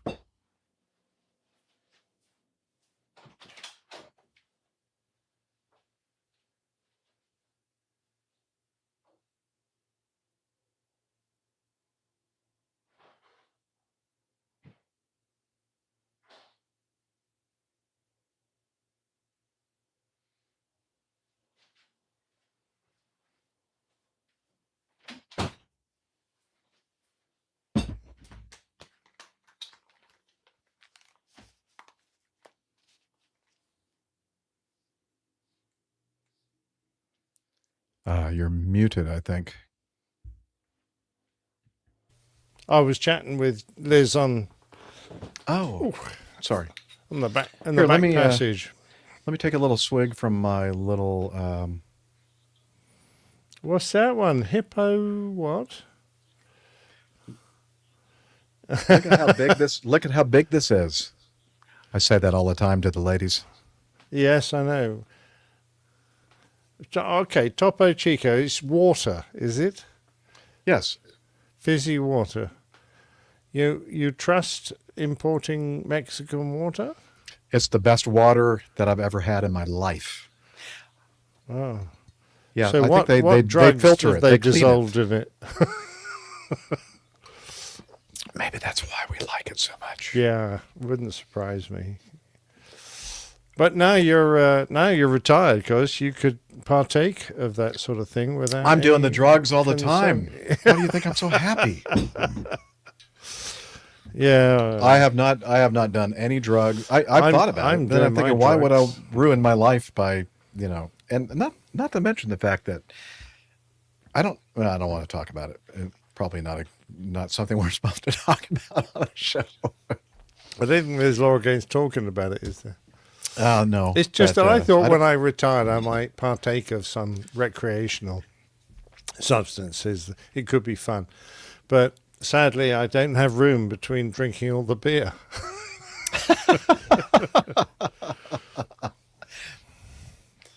Yeah.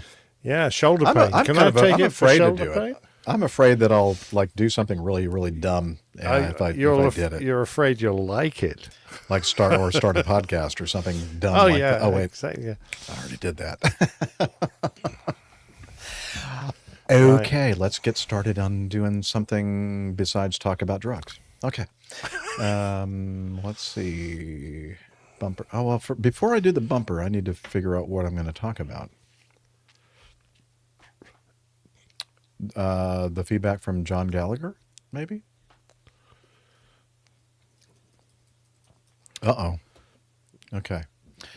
All right. So, hey, Captain Nick, what do you say we do some feedback? No, let's not bother. Okay, then let's wrap up the show then. Okay. Yeah, I can't wait to get Bonanza back on. Note to self, don't ask Captain Nick if he wants to end the show. It's the first time you ever have asked me. I know. It was not a good answer. Captain, incoming message. All right, let's start our feedback segment with this from John Gallagher. John, we haven't heard from you in quite some time. Oh, wait a minute. I sent this feedback back in July, but I think it was when you were having issues with your inbox and a lot of feedback wasn't coming through. I'm pretty sure you haven't covered this one. I do listen to each episode. I don't recall hearing it, so please add it to your list unless, of course, you do recall dealing with it. And no, we do not. We didn't deal with it, and our producer is telling us profound apologies to you. I think it was sort of my fault for all that going south. So Liz, don't you do apologize for it. It's me. It was my fault. Sorry, John. Yeah, mea culpa. Me a cowboy, me a cowboy, me a Mexican cowboy.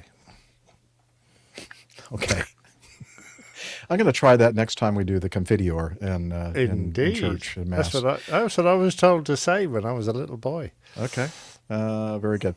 Okay, so John says, back in July, he says, hello, APG crew. Hope all are well. I have a question regarding the recommended reaction to a wind shear alert very close to touchdown. I was watching a short video clip from the cockpit of an airliner. Sorry, can't recall which type or airline, and around about the same time as the 30 or 20 call out, a wind shear warning was announced. Okay, he's talking about the radio altimeter call out above touchdown zone height as you're getting close to the point at which you start your flare maneuver. And then all of a sudden you hear wind shear. The pilot immediately pulled the thrust levers back, and in what looked like an attempt to hasten the landing. I always thought that the standard procedure was toga and bring the nose up. Perhaps this was a joke video or a simulator. I can't find the video now to check, but I would be interested to hear the crew's response to this. What exactly is the procedure, and does it change if you're below a certain height above the runway? Also, another interesting aspect is how this applies in the military world. I imagine the same for transporters and larger aircraft, but what about fighters? As always, thanks for an amazing podcast. We all know it's the best aviation podcast out there. Ooh, I like John. At least 50%. Oh, at least 50% of the time, anyway. Thank you, John. Yeah, at least half the time, we are the best. Kind regards, John.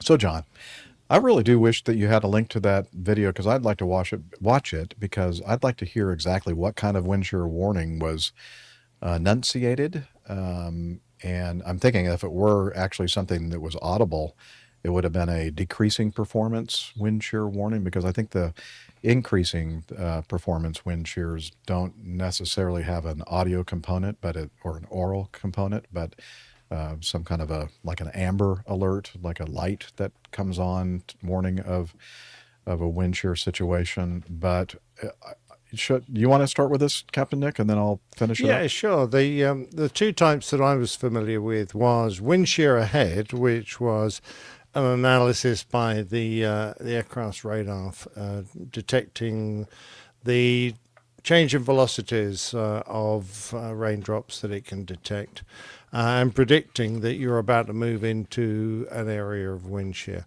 And wind shear ahead didn't require an immediate go round, but when it shouted wind shear, wind shear, wind shear, it did require a go round. However, you've got to apply to all these sort of things a certain amount of airmanship. So if you're in a big aeroplane on your way down, once you're around 50 feet or lower, even if you attempt to go around, the chances are that your main wheels will reach the runway. You'll touch down.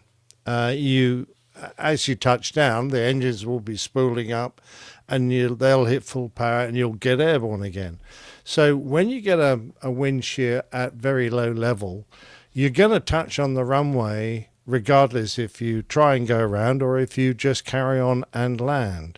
So I think, although there was no specific advice, because it comes down to an assessment of the situation right there and then, and that's kind of why the pilots get paid the big bucks. If you make good decisions consistently, you'll make a good pilot, and it's important that you are able to assess a situation very quickly and make the correct decision. In most cases, if I got a wind shear warning that low, 20 or 30 feet, I would have just carried on and landed, because I'm going to hit the runway anyway, and it's safer for me to be down on the runway than it is to be fighting a major wind shear at very low level while the engines are still spooling up and you're gaining enough thrust to climb away. Because the one thing you need when you're in a wind shear is energy, and you can gain energy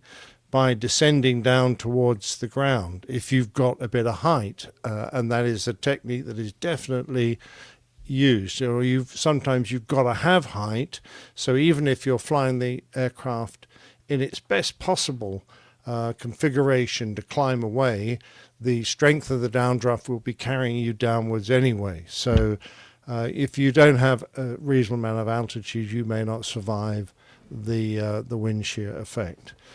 So the height that this guy got it. I mean, I wouldn't necessarily immediately shut the thrust levers. On the Airbus, they're going to wind themselves back at 10 feet anyway. But the fact is that if you're in a wind shear that's about to rob you of speed, you don't want to do it with the engines at idle because you'll land very heavily. If it's if you're in a wind shear that is going to add speed, then yes, you probably want to pull the throttles back. And this is what I'm talking about when I say you've got to be sitting in the seat, flying the airplane, seeing what's happening. It's a very dynamic situation, and you've got to make a decision, your best decision you can at the time. So I'm not surprised they carried on and tried to land. Yeah, I don't think it was a joke at all. I think I agree completely with Captain Nick. You have to make an assessment. That's why we get paid the big bucks. That's why we have all this experience, hopefully. And you, at this point, for every airplane that I know, unless you're doing an automatic landing because the situation requires it, and in general, the kind of situations that involve wind shear aren't the low visibility kind of scenarios where automatic landing is a requirement. So you're going to most likely going to be hand flying the airplane, and you're going to be able to feel the effect of the environment, the winds and everything else, what it's doing with your aircraft. And at that point, the way I look at it, you're less than 50 feet above the ground. You have to make that assessment in real time that this is okay. It's best for us to continue to touchdown and landing procedure. In our live audience, iHall Boxes says wind shear ×3 doesn't require a go around on the Boeing fleet. Oh, okay. And it also requires a wind shear escape. It does require a wind shear escape maneuver. Okay. In our world, that would be a go around. I see. So he's making a distinction between a wind shear escape maneuver and a go around procedure. And technically speaking, you're right. Those are different. Yeah, different. In the things, Airbus world, we call it a wind shear go around. So if we got a wind shear warning, you would say wind shear go around. And one of the things you don't do, for example, on a wind shear go around that you would do on a normal one is change the configuration of the aircraft. So on a normal go around, you go toga, you pitch the airplane, get positive brake call, you lift the gear, and then in turn you lift the flaps. On a wind shear go around, you just fly the airplane, you don't move any of the services. And I think that's what iHall Boxes is getting at. I think it's different Airbus for Boeing terminology. And that's absolutely right. We would probably do the same thing. But I think if you're in the flare, effectively below 50 feet in a big Airbus, you're in the flare. You're just going to carry on and land. Yeah, I think so too. That would be my initial reaction, I believe, would be to speed. The lovely thing about the Airbus, I felt something really odd and unstable about what was happening with the airplane, almost out of control. Then, of course, just put the power up and do the wind shear escape and maneuver and get it away from the ground. The lovely thing about the Airbus is that our wind shear go around, we were permitted, if required, to go full back stick and just hold the stick as hard back as you can, safe in the knowledge that the flight control computers will give you the maximum coefficient of lift, the maximum amount of lift you can before you stall, without stalling there's no danger of stalling the aircraft. So that gave us the freedom to concentrate on other things rather than nibbling the airplane away, during this very dynamic situation. If I had done that in any of the airplanes that I've flown in my life, that would be a bad thing to pull all the way full aft. Yes, backstick or yoke. Would not result in a desired situation outcome. All right, but it was a great question. By the way, our producer Liz, just quickly while we were discussing this, looked up on YouTube wind shear at low altitude or whatever. Wind shear at 30 feet. She came up with 2. I don't know if either of these. Oh, it's the same video. Okay, looks like it's the same video presented by two different YouTubers. We'll probably include those links in the show notes, and then I can't wait to look at them and see what's happening there. Jeff, there's another question that John put there, and he said, interesting aspect how this applies in the military world. Yeah. You are correct. In fact, Jeff's the ideal man to say what would happen in military transports, because he flew military transports and larger aircraft. But what about fighters? Well, the whole thing about a wind shear is having the performance to defeat the downdrafts that go, or the loss of airspeed that go along with a wind shear.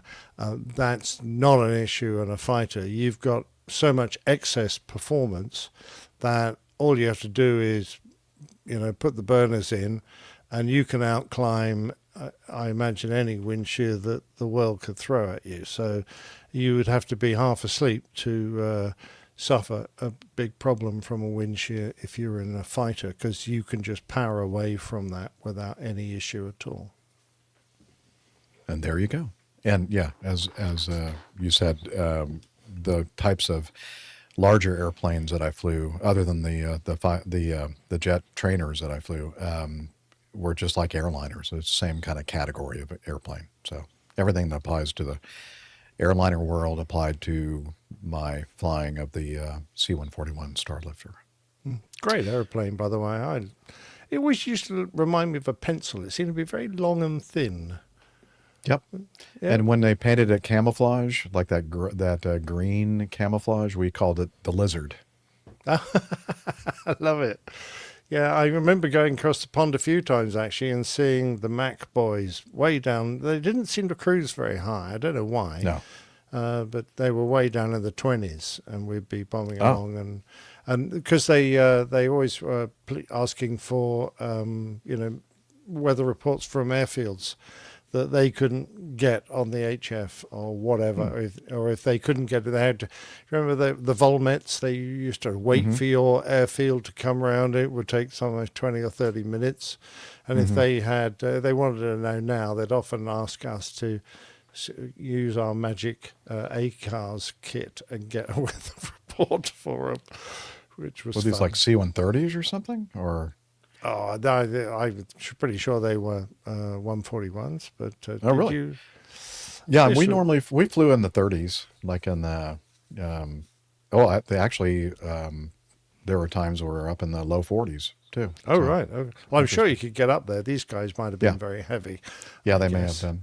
Or maybe they were preparing for some. No, I wouldn't imagine there would be. You said over the Atlantic, they probably weren't doing any kind of aerial refueling or anything like that. So, I don't know.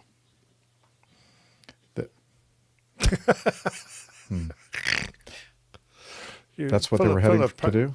They were going to attack Liz, yes. Okay. Right. Yes. All right. Sure. I wish I had Liz's imagination. It must be lovely Liz, living have in you that been, head. Apparently, Liz, since she's been retired, has not stayed away from the drugs. I know. Okay. Water of life. That's aquavit or whiskey. That's what both those words mean. Okay. Let's continue this with Phil. Phil, who gave us a nice contribution to the Coffee Fund last week. And I'm gathering from the kind of feedback that we get from him that he is a maintenance engineer, a maintenance technician, because it all has stuff to do with that world. Hello, AGP crew. I just wanted to add to the engine wash explanation, as in my practice and engine types I worked, I never wet motored an engine after an engine wash procedure because it gets very messy. The caution, I can't imagine. The cautions are the sense lines to sensors and ECUs, FADEC, don't get contaminated. Okay, engine control units. Having done many washes over the years, not much has changed as to the initial setup of placing the spray nozzles in the engine intake. Back in the day, we just used water only, but today there are chemicals used to do better cleaning. DC-9 JT8D engines were done by motoring the engine and shooting a stream of water into the intake at the outer edge of the fan blades for a period of time. Then immediately started the engine once the water stopped. Engine was run at idle with the engine bleed on, along Ooh. with engine anti-ice and wing anti-ice for a period of time to ensure that all the water was dissipated. The V2500 used on the Airbus A320 family and the MD-90 is similar, but due to the FADEC, more precautions are taken to ensure sense lines are not compromised with water ingestion. The procedure is to remove and cap the sense lines to the ECU along with the ECU fittings. Engine is dry motored for 2 minutes with a water solution injected. The sequence is stopped and sits 5 minutes. Step 1 is repeated again. Rinse and repeat. After the second 5-minute stop sequence, the engine is dry motored for 2 minutes with water solution injected for 1 minute, then motored for an additional 1 minute. Now, I think I'm understanding this correctly. When he talks about wet motored and dry motored, is he talking about the wet motored includes fuel and then actually starting the engine, and dry motoring would be without the fuel applied and just mechanically spinning the motor? Is that what you get from this, Captain Nick? I don't know, because the term a wet run would be after we'd had a wet start, we would then motor the engine to dry it out. So I don't know if that is the same as a wet motor. That's what I would think. We never did a dry motor that I am aware of, but I mean, there were times that we would run the engine, motor we would just say motor the engine, and that meant to us that you don't apply fuel and ignition to actually start the engine and have it run like a normal jet engine. You just kind of are just making everything rotate in the core of the engine. But the procedure sounds very much like what I did to my coffee machine this afternoon, because really? I had to put that stuff through that, because descaling the coffee machine. It sounds so. Your wet motoring sounds almost or dry identical. Motoring? So I think I'm probably qualified to do this now on a jet engine. Sounds like it. Having done it on my. Did you do it outside machine. or in the kitchen? Sounds like it could get very messy. I did it in the kitchen, but it did require an awful lot of button pushing, and I'm getting pretty good at that button pushing now. Well, that's true. Well, I don't know if you have this. I don't know if you have this problem with your coffee maker, Captain Nick, but he also addressed the departing pod engines, where you correctly told about how pod-mounted engines break away if an engine mount fails. Generally, the pylon is not where the engine attaches, but at failed engine mounts, which are attached to the pylon assembly.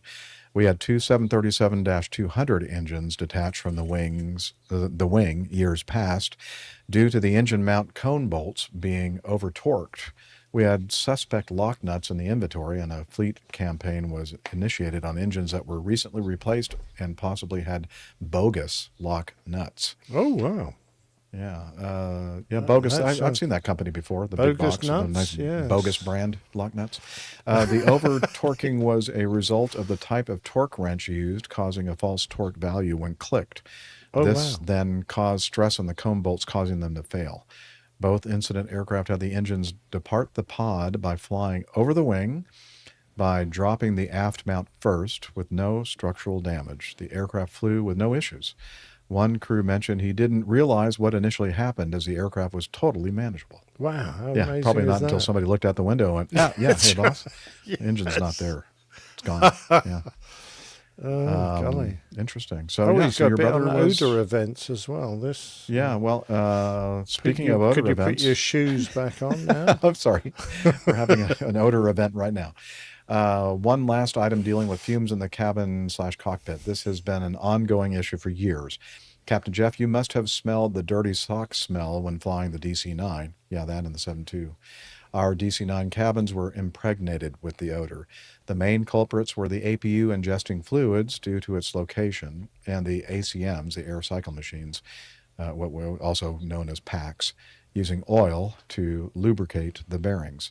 The newer ACMs now use air to float the bearings and eliminated an oil odor source. The main issue on the A320 family is the APU as the source of oil contamination. Delta is in the process of replacing all Airbus A320 family APUs due to continued odor events.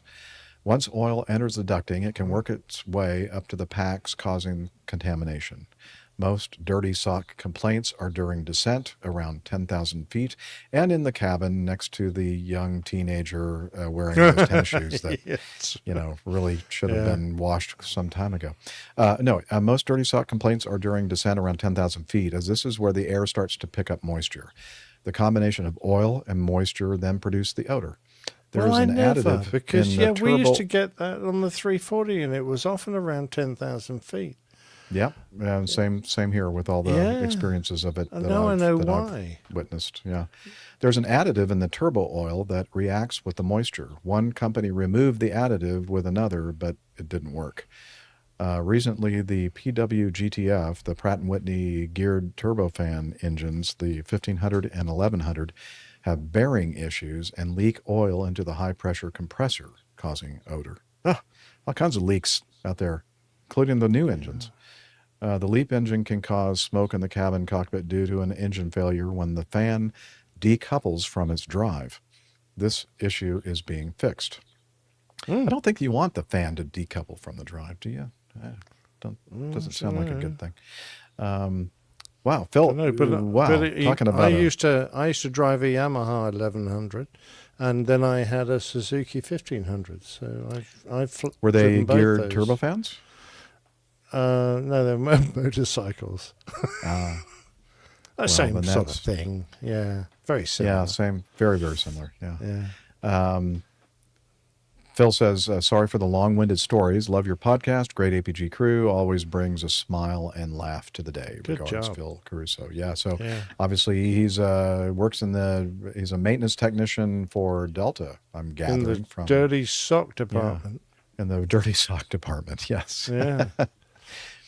Tim Van Ram says, I've only heard of a wet fart, not wet motoring. Okay, well, I'm sure Thank you for that, Tim. Yeah, and I'm sure that your wife has fact, heard of those as well. I probably don't all think the you can time. hear those. You can only usually smell them. Well, if it's really, really bad, you can actually hear and smell them. Yeah. Okay. And that's when you go, I think I'm going to have to go and change my underwear now. Yep.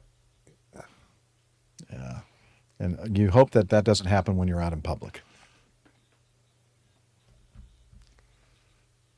Oh, sounds good. We can get it through a few of these. Okay. Well, let's move on. We were talking about an incident on an earlier show about a KLM 777 and a passenger that deployed one of the slides while they were taxiing out for takeoff, and we suggested, I think it was Liz's fault. She suggested that maybe it was Captain Ure, or at least maybe he would know somebody that had some knowledge of this situation. Is he renowned for this sort of an issue? I suppose. I don't know. You'll have to ask producer Liz. But he was listening, and he sent us some audio feedback. Great. Well, hello, Captains Jeff, Nick, AJ, Liz, rest of the crew. Captain, you're checking in. Because to my great surprise, I heard my name coming up in the episode about the KLM 777 spilling a slide at Atlanta. I'm happy to inform you that it wasn't me, because I'm still on the A330. And unfortunately, I'm not coming to Atlanta anymore. It's only the Boeing fleets, mostly going into Canada and the Dutch Caribbean islands, trying to dodge American hardware flying close to Venezuela. But hopefully we'll get another chance to join up and have a chat and have a beer. It was very enjoyable last time, especially the barbecue. Yes. And maybe a KLM story about the aircraft I'm on will pop up. Something about a rat being deployed. But, maybe we'll hear about it in the future. All the best to you. Take care. What a tease. What a tease. Sounds like he knows some stuff. I'm sure he does. Yes. Yeah. I look forward to it. make sure that if you're ever back in town or anywhere near, contact me and we'll get together, Captain Ure. Thank you for sending that in. All right. Oh, look at this. Aunt Pruitt. Okay. Hello, beloved members of the APG crew. Lovely Miss Liz. Lovely Dr. Steph. No, lovely Captain Jeff. Come on, Aunt.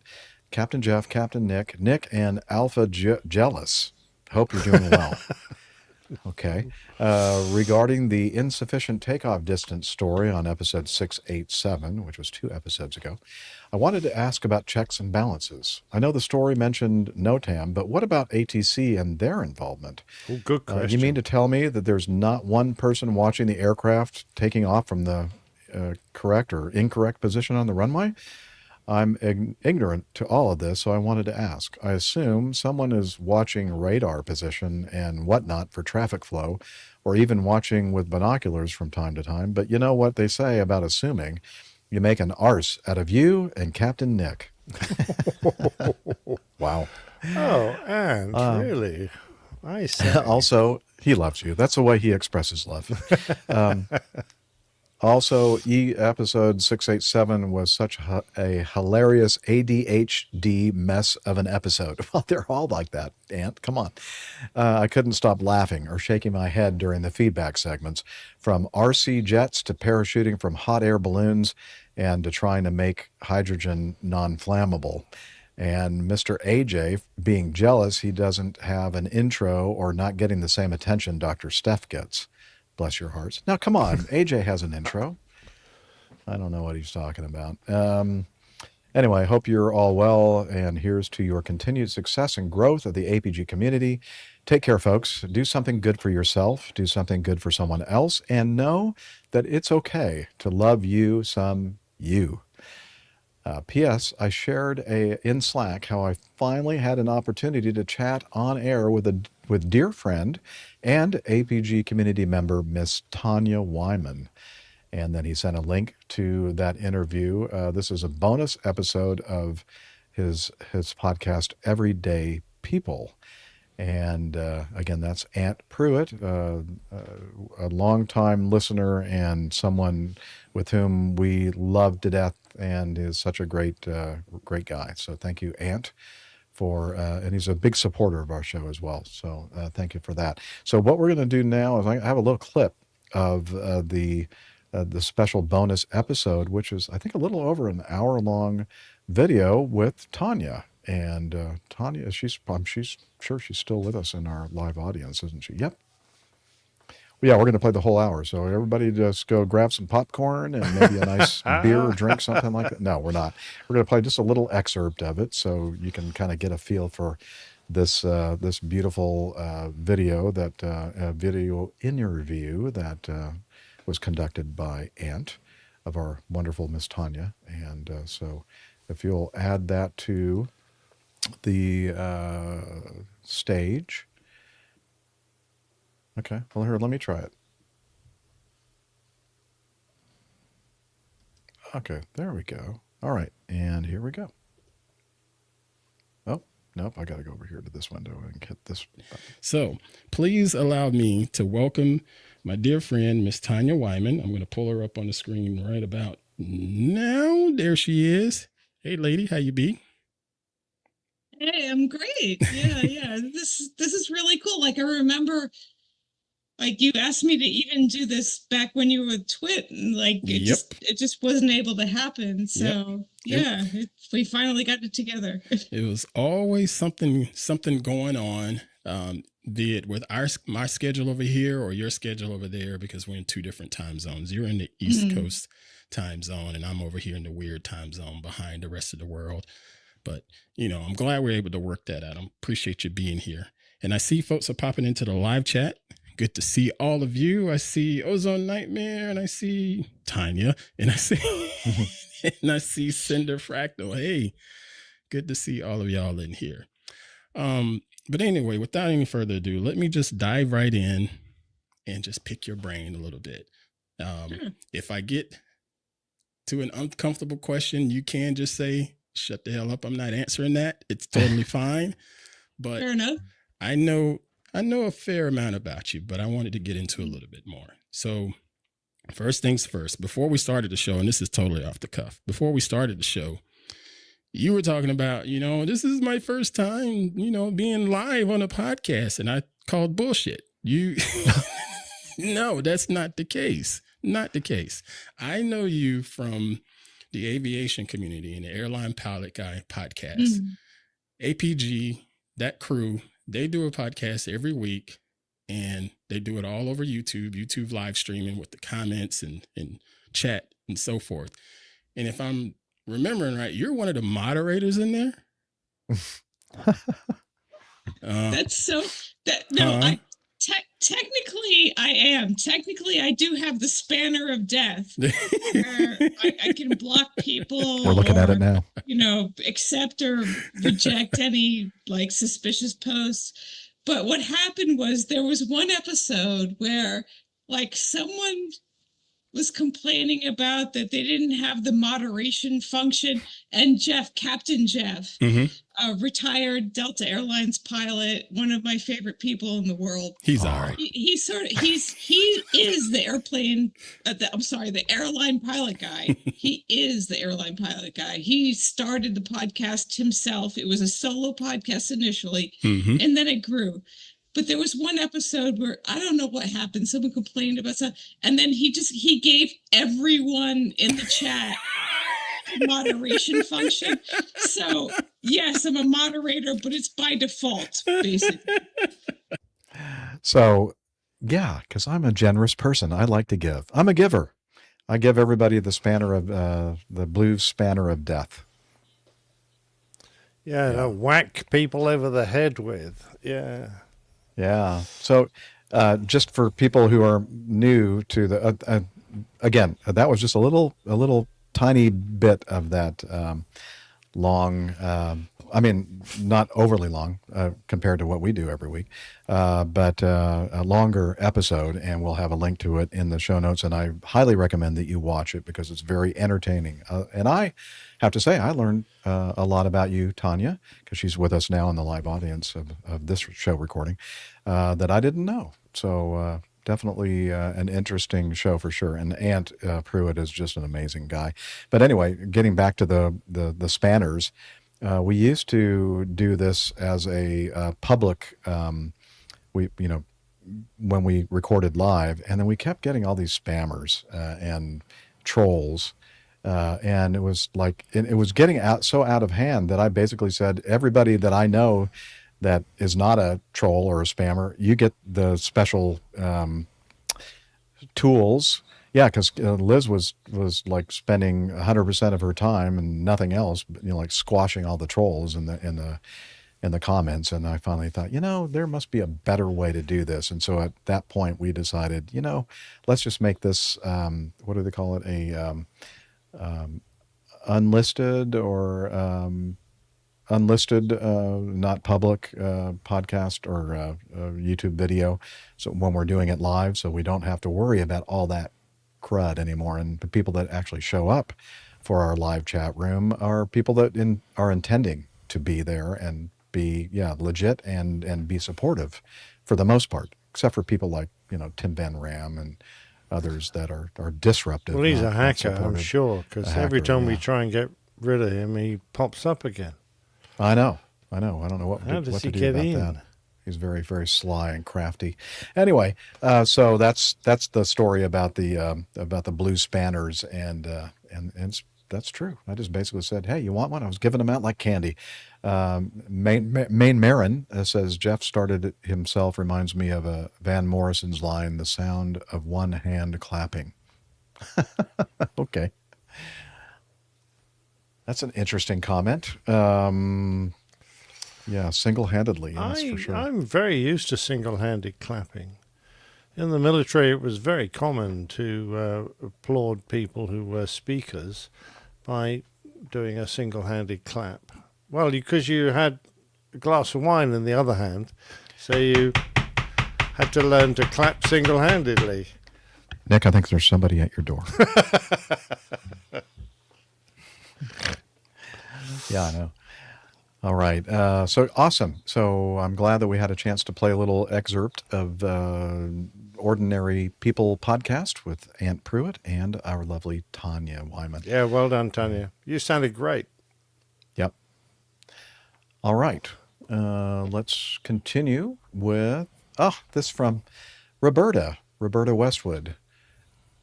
Talons Douglas, and I'm glad that she's writing in regarding this. And as I mentioned just not long ago, that there are people that are good. There are people that are new to our show, and sometimes we have to be reminded of that. We're just so used to doing all the things we're doing and referring to certain things without thinking about the fact that some people may have no idea what the heck we're talking about. One of those things is, well, here, let me start with her podcast, or not her podcast, her feedback. Hi, Jeff, Nick, Steph, Liz, AJ, and surprise guests. Today, I finally decided to write about this. What on earth does, quote, Talons Douglas mean? I've heard it on so many episodes and still have no idea what on earth or in the sky this is referring to. Do tell. P.S. Was inspired to send one of my doodles, a creature with the closest thing to talons I can think of, to avoid thinking of freaky giant birds swooping down to earth to pluck up every person named Douglas. Let cuteness prevail. Roberta in Victoria, BC. And that is that's good. Beautiful Yeah. cover. Oh, it would, Yeah, wouldn't it? that's an idea. I think Nick likes that idea. Okay. Well, it is Christmas.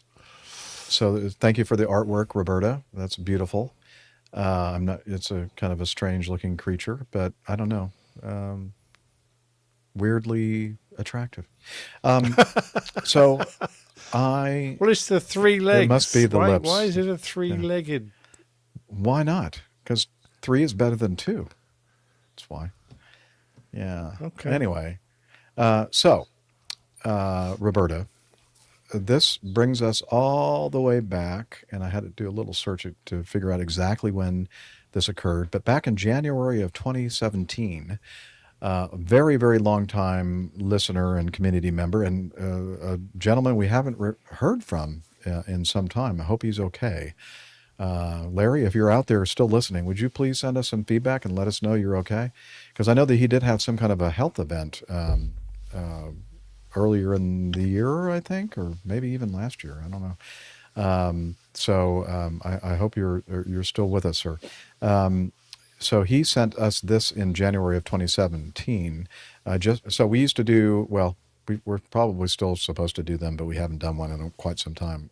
Something called captain's logs, like short or crew logs, videos that we put out, or audios or whatever, of like behind the scenes kind of stuff usually, or just extra content. He said, just watched the captain's log video and thought I would try the closed captions. Okay, so we're talking about video, and on Google, on YouTube, you can click on the closed captions, which are automatically generated. I think they're getting better than they were back in 2017, but it takes the spoken word and then automatically with computers puts out what it thinks you're saying in closed captioning. And he says, it worked pretty well except for the tailwinds and God bless parts. Now he's referring to the way I end the show. And for so many years, I said, and I still do, I say, wishing you clear skies and unlimited visibility and tailwinds, God bless. And so the closed captioning took that, and I'll have a snapshot as he sent us of the closed captioning, and it says, visibility and talons, take care, Douglas. So that's what the computer thought that I was saying. Apparently I wasn't speaking very clearly. And that was, and at some point not long ago, was it about a year ago or so, or I don't know, I don't remember exactly when, I falsely or wrongly attributed that to Glenn Towler, who passed away a few years ago. And but then Larry said, excuse me, no, it wasn't Glenn, it was me. Yeah. So we, again, we dipped below the 50% and now we're above it again. So thanks to Larry. He is the one that caught this on the live closed captioning. And so that's where it came from. So I started, instead of saying clear skies, unlimited visibility, and take care, and God bless. I used to say at times, and I still do at times, Talons Douglas. So, and actually, I guess I should say Talons, take care, Douglas. That's really what I should be saying, huh? Anyway, so that's the story, Roberta. Thank you for asking.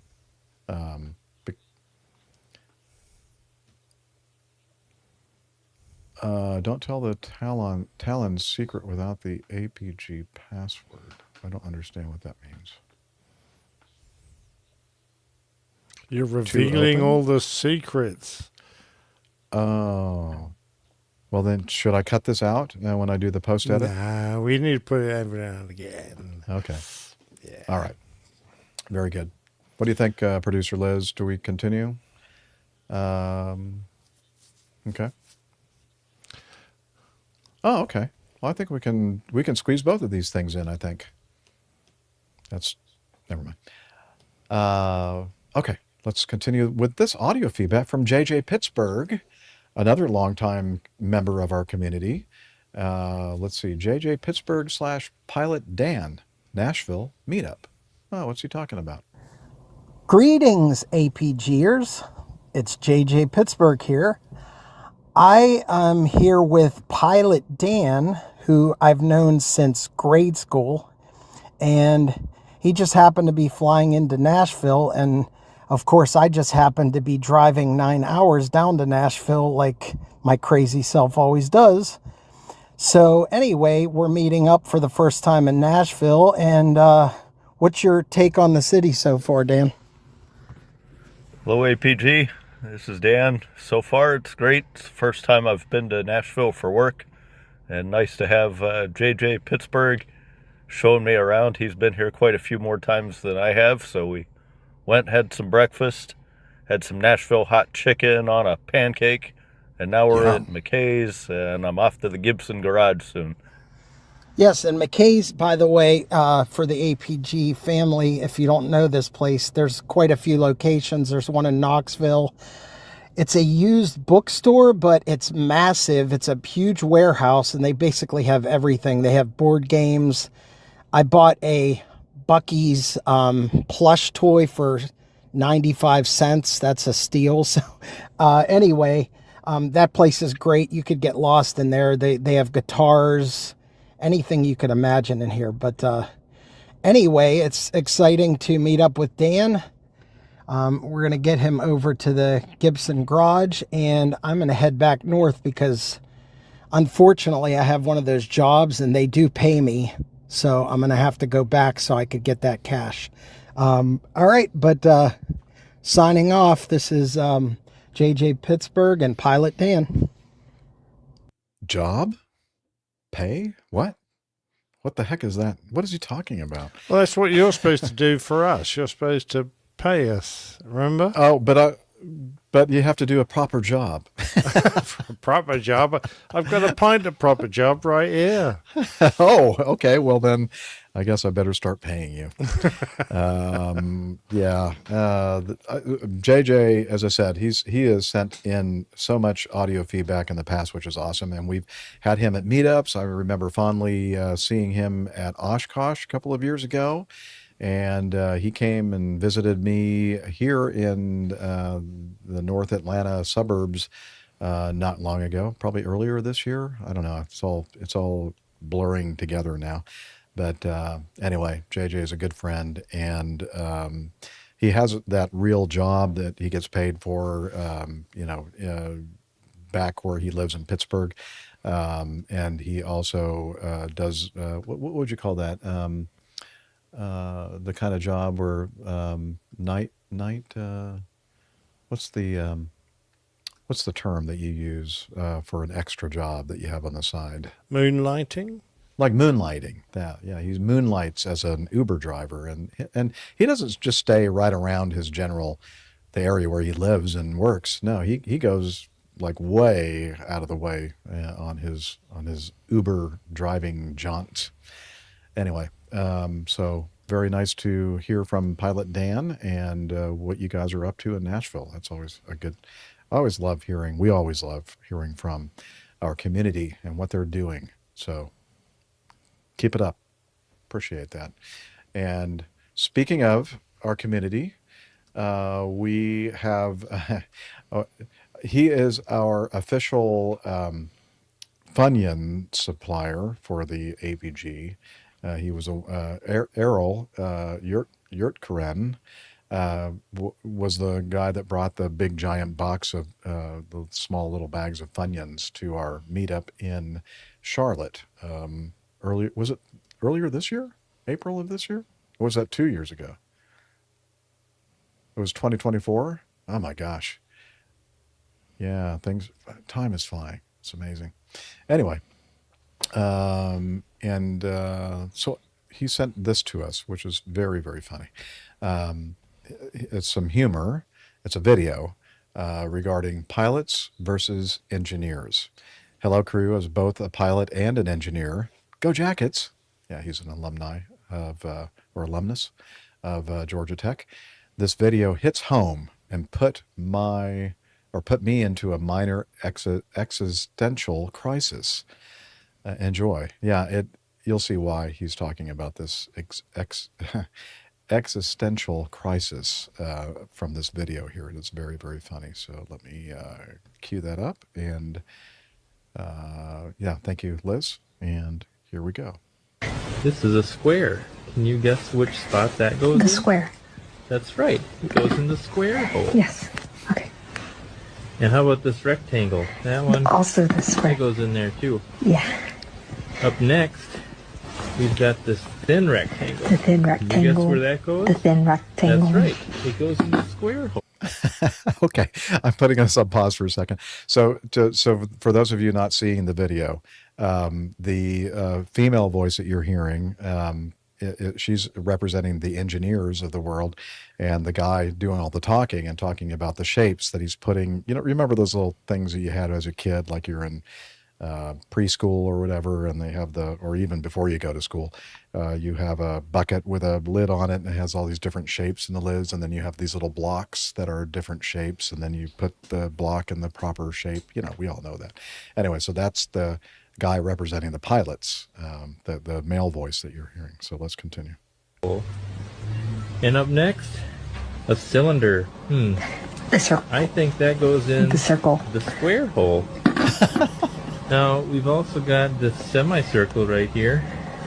Do you see a slot that would fit The semicircle. semicircle? The semicircle. That's right. It's the square hole. Okay. Up next, the triangle. It is We know what hole great. that goes The into, triangle. right? Triangle. That's right. The square hole. And up next, we have the arch. The arch. The arch. You guessed it. The arch. It goes in the square hole. This is a square. Can you guess which spot? So It's what is funny. great about this is you had the expression on this lady's face, the engineer. She is just almost crying at the very end, like, no, like that's not right. But I guess showing that maybe the pilot brain is a little bit more practical or pragmatic than the engineer brain. Yeah. Not very imaginative. See, I take it completely different, Liz. I think of it as someone that gets the job done. Yeah. And exactly. And as Errol says, he's a little confused because he is both a pilot and an engineer, which is, it's a tough place to be, I think. Yep. Yeah. There are a lot of pilots out there who are trained engineers as well. So, yeah, be careful out there, people. All right. What happened to my video? Why is my video now all of a sudden like all zoomed out? What happened? Wow. How did that happen? You were very artistic there, though. Like an Autistic. oil painting. Yeah. Okay. We'll wrap it up without me fixing my video, which is bothering me. Okay. So our producer is telling me, Jeff, wrap it up. Shut up and wrap it up. We did receive some late arriving feedback, which we'll be able to cover on our next episode, specifically from you, Logan Lynch. And but for now, we're going to point you over to our website, airlinepilotguy.com, where you'll find information about the crew and the community and merchandise, and we have more information, expanded information on the Plane Tales, the Plane Tale podcast, the Tiffany and the APG library, and so much more. So check that out, airlinepilotguy.com, or also on social media, or what I like to call the social meds. Oh, the social media. Maybe I'll do it then. No, it's all right. I was just starting off on the artwork. Oh, okay. Show. Well, you're getting ahead of yourself. No, Captain Nick. I am indeed. Now, look, if you're a person, I nearly said idiot then. If you're a person that enjoys Facebook, then just do a little search for this long word, Airline Pilot Guy, and you'll find us there. Now, if you can remember what Twitter was, you'll know it's now X, and on Twitter, we're at APG Crew. On the Instagram, we are APG Crew. And if you enjoy this complete shambles of a video recording, then you need to go to YouTube to find us. youtube.com/Airline Pilot Guy. And congratulations, you'll have found us. Yes. And if you're wanting to see us and watch us on YouTube, then you probably need to book an appointment with a psychologist as well. All right. And they'll need to, yeah. What's it called? PTSD, right? All right. Yeah. We are also on something called Slack, kind of a Never heard of it. quasi-social media. Yeah. Hello? Can you tell us about Slack? Okay, but I'm dripping wet. That's fine. He's so excited. Come over here and tell us all about it, please. APG listeners, please join us on our Slack team. Slack is a communication, coordination, and sharing platform that works on your mobile, laptop, or browser. On Slack, we share news and ideas. We suggest episode and Plain Tales topics. We plan events and meetups. To get into the Slack team, please email me at slack@airlinepilotguy.com. That's SLACK, Sierra Lima Alpha Charlie Kilo @airlinepilotguy.com, or send me a tweet with your preferred email address to @Hillel, and I'll send you an invitation. That's Hillel, spelled Hotel India 11 Echo 1, and see you in Slack. Put that towel back around you. Somebody's going to see your... Wow. Your thing. That's a lot. See what I mean? All right. Thank you, Hillel. And also thanks to our producer, Liz. Thank you so much. Liz. There she is, right there in the big screen. Looking very, speaking of artsy, it looks so colorful and nice there in your studio. Yeah, put the hat on, the Christmas hat. There we go. I'm the only one that doesn't have a Christmas hat. Sorry. We'll spoil your hair, Jeff. Yeah. Yeah. Well, I mean, I had one at some point, but because of things that have happened in my life, like my divorce and all the other things, I don't have any of that stuff anymore. Sorry. Also, we'd like to thank our live audience, our live chatters. Thank you to all of you for showing up each and every week and providing support for us and entertainment. So we hope that you have a great Christmas / whatever religious holiday that you participate in the next couple of weeks. And speaking of that, just a quick note, believe we're going to be taking the week off next week. That's the plan. We plan on coming back the following week, and if not, we'll let you know via the social medias. And we hope that you have a wonderful time during the Christmas holidays with your families and friends and all of that stuff. Just be careful. And finally, we'd like to sign off with telling you Merry Christmas, Happy Hanukkah, and all the other things, and wishing you clear skies and limited visibility. And Diwali. I don't know what Happy Diwali means. Kwanzaa. Diwali, Kwanzaa. Kwanzaa. There we go. And how about Festivus. Have we already passed Yes, Festivus? Festivus. Yeah, for the rest of us. The rest of us. Festivus. For the rest of us. Anyway, so whatever you do, have a good time. Just be careful doing it because we want to see you again in the new year. And with that, we're going to sign off by telling you clear skies, unlimited visibility. Talons, take care, Douglas. Cheers. Bye, everybody. See you next time. Maybe it's next year, but maybe this year. We're not sure yet. Hopefully this year. Yeah. There's a long gap. We need to do something. Have a great time, everybody. Bye. Bye. Bye. Alrighty then. That's a wrap. That's a wrap. That's a wrap. No, Jack. we had wrap on. Yeah, that was great. So, Great. show title, Talons Douglas. It's fine with me. That's great. Yeah. I had some other. Do you want the other No, suggestions? well, not unless they're absolutely brilliant, because I've already started Talons Douglas. Okay, go ahead. Go. Okay. Do it. Right. Do it. 15 minutes and Tanya's off to the pub. Good for you, Tanya. Can I come too? Sounds great, Tanya. Have a fun time. Yep. Just be careful, as Jeff I wanna said. go Be too. careful. Yeah. You want to go to the pub too? I want to go to the pub too.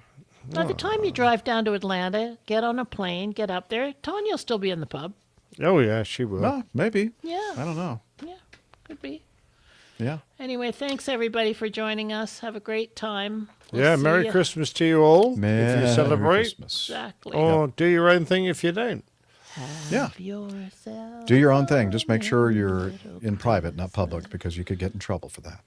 Well, that's right, yes. That's if true. you're doing Anyway, your we'll see thing. you next time, everybody. Have a good one. Bye. Adios. Bye.